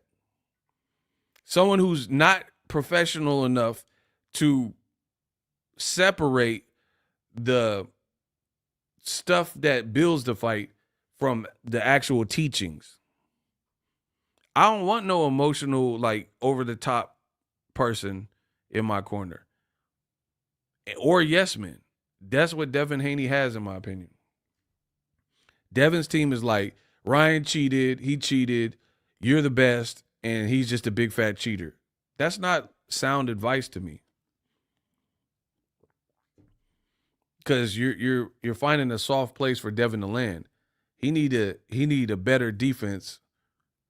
He need to work on some things. He need to learn when to derive from coach's instructions because it ain't working. He need to learn what to do when Lomachenko was on his ass in them later rounds and he was getting blasted. You know what I mean? And Floyd told you, Bill keep burning bridges with people. And you're seeing it. I know for a fact I'm a channel that is better to have me on your side than we are at odds. I know that for a fact. Charleston White, same thing. Like, he's funny. Charleston White's funny, and he going in on the Haneys. That's not really someone, bro. Charleston White, all he got to do is let's say the rematch happens. Charleston White, all he got to do is a live stream with Aiden Ross and Ryan Garcia, and they're going to all be roasting Devin. Charleston White like, yeah. Devin, he a crybaby. Yeah. Young Thug, that's your girl, like Young Thug. Like, you going to be doing all that. I'm telling you, they putting too much pressure on this kid. And they think it's going to work. Bill Haney, I think, thinks that all attention is good attention. We going to see. We going to see how your son perform. Make the rematch. We going to see how he perform. All this antic, it better lead somewhere. It better lead somewhere because the fans going to be watching. That I know. I don't care if they fight on riyadh season, Italian seasoning, whatever season they fight, 4 seasons, we going to be watching, and Devin going to have to perform and make good on all this stuff and all this small fires that you done created. He going to have to prove that. And again, the funny thing with the internet is the fan could just disappear. Like, fans could blah, blah, blah, and then they can start a new profile. The Haneys, they're in the public eye, so they ain't no shaking it. You know what I mean? They ain't no shaking it. You gotta be here before, during, the after. You the celebrity. You know what I'm saying? Like a John Doe account posting something like Ryan beat you. Them little come and go. Devin is the name, so no one's gonna know John Doe if he cancels his account or switches to a different burner, or if his account is suspended. But Devin is a name in the boxing game. So whatever happens, we gonna know about it. Devin gonna get mopped up again. And I can't wait. Do the rematch, and I want to see the Haneyacks. I want to see they betting slips. I want to see the Haneyacks betting slips. Because they saying that Ryan, hold on. Is that fair? Hold on. Is that fair? Yes or no? That 2025, we want to see them betting slips. Bet real money on what you believe in these fights. I want to see content creators. Let's start a betting league. Is that fair? Yes or no? So, for example, if you're a Haneyacks channel and you make good money in boxing, let's say, all the stuff you say, bet a lot of money on that. So if you say Bivol is going to knock out Better Biev in 1 round, let's see the betting slip that says that you bet 10 thou wow on that. If you say Ryan is a dirty, rotten scoundrel, cheater, Devin did everything perfect, the only reason he lost is because Ryan's a cheater, then show us the betting slip. Not because people try to trick it. They try to do because there's a way on the betting sites you can screenshot before you've actually placed the bet. We want to see a completed transaction where the money has already been deducted and the bet has been made. Not like sample bet, but an actual bet has been made. No Photoshop, nothing. And bet like you, pay like you weigh. So the people, you should demand that of boxing channels. And we going to get to the bottom of it and see who's really clickbait and really who believes what they say they believe in. So the Haneyacks, they've told you that Devin wants the rematch and Ryan's scared. They said Ryan is nothing without the juice. They said the only reason Ryan did good is because juice. Show us a betting slip where you bet real, not $20, real money, and bet that heavy on Ryan because it should be a good fight with good odds. Somebody said the betting line gonna be 3,500 for hey, hey, yo, no, bro, we getting to the bottom of it and we gonna force people's hand. We gonna force your hand. Put money up, put up or shut up. All 2025. Is that fair? Yes or no? Is that fair? What Boxing Ego is? Because I don't like to do the back. I'm not doing a bunch of back and forth and all that. I don't do all that back and forth. So let's set the line in the sand and establish what it is. If you really believe what you put out, show us, because that's how you get to people. A lot of people value money, and money is a commodity. It's not as easy to get for a lot of people. Therefore, that's something they're not willing. Like, oh, Tank sucks. His resume sucks. He's not the face of boxing. Okay, don't make no more videos about him. He sucks. He's ruining boxing. Don't talk about him. These are the standards that we are now initiating, and I guarantee you they don't do it. So what does that mean? That means these people are frauds. They're liars. If I say, like, don't pitch the idea of boycotting someone, but you don't really, I'm boycotting Walmart. Okay, then don't go to Walmart no more. Boycott Tank. Let me and Ellie Seckback talk about Tank. How about that?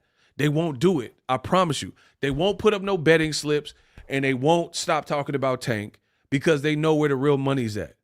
Or even Crawford Canelo. That's another one. If the fight happens, I want to see betting slips.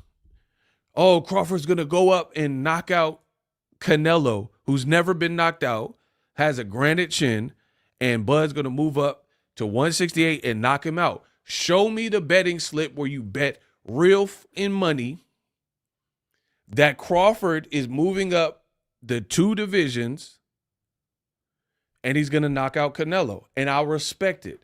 If not, anything else is uncivilized. These people won't do it, but you, the fans, can hold them to it. And then how about this? If they refuse to show you a betting slip, stop watching their content. Listen, I'll be a martyr for what I believe in. Will they? How about this? If someone gets 5 things wrong in a short space of time, you guys have to promise to never go to their page for 6 months, including mine. How about, let's do it like that? See, that's what I'm saying. I'm about high stakes. Ruth's Chris. I need the stakes to be higher. Like, you're not just finna be wasting my time. How about that? If a person has like 5 fight predictions and 5 pieces of fake news and fight predictions is bad and stuff like that, you don't watch them for 6 months or eternally, including myself. I'll always include me because I know that if I know the stakes are this high, it's going to make me sharper. I'm like, because even if I got something wrong, I'll be like, man, I don't want to get the next thing wrong because I'm a true competitor. I'm Kobe Bryant. Let's play with some stakes. Bar for bar, line for line. These people will be dead. They will be dead because they don't believe what they're saying. Boxing Eagle will still be here, immortalized, because I believe what I'm saying. They don't believe what they're saying. That's the difference. People, oh, Tank, he sucks. He's bad. Okay, he's bad for business. Agreed. Don't talk about him. Oh, Devin's going to knock out Ryan without the juice. Bet on that. Show us your slip. Oh, Crawford's going to move up 2 divisions and knock out an unknocked out Canelo. If they fight, show us your betting slip. Real money. Real money. Let's do it like that. Because you guys are letting people get off far too easy.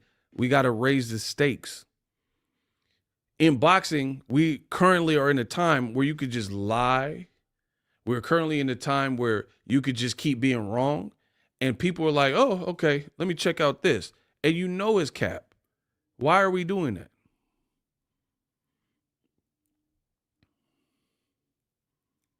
Why are we allowing people to feed us BS that we know they don't believe in, and then you still go? Like, imagine going to a restaurant, they gave you food poisoning. You got food poisoning from the restaurant, and you keep going back. You went back a second time, and you throwing up again. How many times are you going to keep going back to that restaurant? Every time you go to this Mexican spot, you got the bubble guts. You throwing up. Bro, I don't know about y'all. It ain't going to take, it might just be one time you burn me, and I might not ever go, or I won't go for several years, and then maybe forget why I stopped going. And then if I go again and have another bad experience, then I'm off it. But it don't take me a bunch of times to learn. You guys is out here in boxing being fed food and getting food poisoning, and you keep going back to the spot that gave you food poisoning. They're undercooking the chicken, and you got salmonella, and you're like, oh, this is the worst I've ever felt. I'm about to hurl. And then you keep going back. You guys are dumb. Straight like that. I'm going to say it like that. You guys are dumb. Anybody who's going to keep going back to the same spot and getting salmonella and E. coli and getting backed up and thrown up and throwing up, bro, you're dumb. You're dumb. 2025, everyone getting exposed. Absolutely. It's the American way. And include me in this. If I keep feeding you BS and my information ain't good, then hold me to that. I don't really give a, because again, if I start slipping, I'm going to see it and I'm like, all right, let me pick myself back up. Got this wrong, got this wrong, got this wrong. The fans are going to hold me accountable. But the problem with boxing is you let people put out rumors and then videos and contents and, oh, this fight is happening. And then a week later, they'll be like, oh, I hate to break it to you, the fight fell apart. We need standards in this game, bro. I came from being raised in a military household. My dad was in the military. I like structure. Give me some structure, bro. I can tell. I don't know if you guys is stray dogs. I don't know what y'all is. I came up in a military household. You got to make your bed. You know what I mean? Like, you got to have some structure. My dad had to be at work at a certain time. He had to be, you know what I mean? Like, not just at work. You had to be at work, ready to work.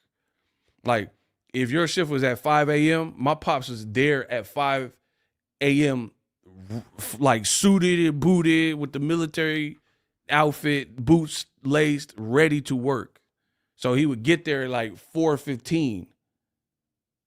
Yeah, we talking hospital corners. Y'all are corny.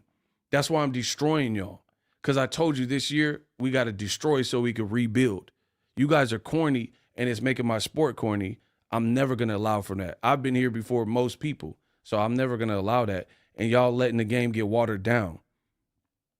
It's bad. It's like hip-hop right now. Let's bring real lyricism back. Y'all don't want to talk about the real lyricists, like people who actually have talent. That's why I'm always going to applaud talent. It don't take talent to lie. It don't take talent to spread someone's agenda. And you got a lot of these motherfuckers that be broke out here in this boxing game. So they run, oh, let me praise Turkey. Hopefully he'll give me some money. Or let me do someone else's biddings because they're giving me flight or something on the back end. And I'm not telling my audience. Bro, I don't have to do another interview in my life. We still paid. So if every fighter's mad at me, I'm still paid. I don't want that to be the case. But I'm saying if it came down to that and everybody in the world was against me, I'm still paid. I'm still cooking. Every fighter can, I hate this guy. I'm still getting paid. You got people who's like kissing butt for interviews and, oh, I can't say too much because this fighter. Let's get back to some real stuff. When did we become so soft where you can't have real criticism without the person getting mad? Like, it's not, oh, I hate you. Like, these boxers, you take punches for a living. You can't take criticism? Really? Boxing ego say truthful things. And it's like, oh, this guy sucks. You guys like these YouTubers? What? Just because you don't like it don't mean it's not true. We bringing it back, man. 2025, man. Y'all better strap up. Get your boots up. I'm out.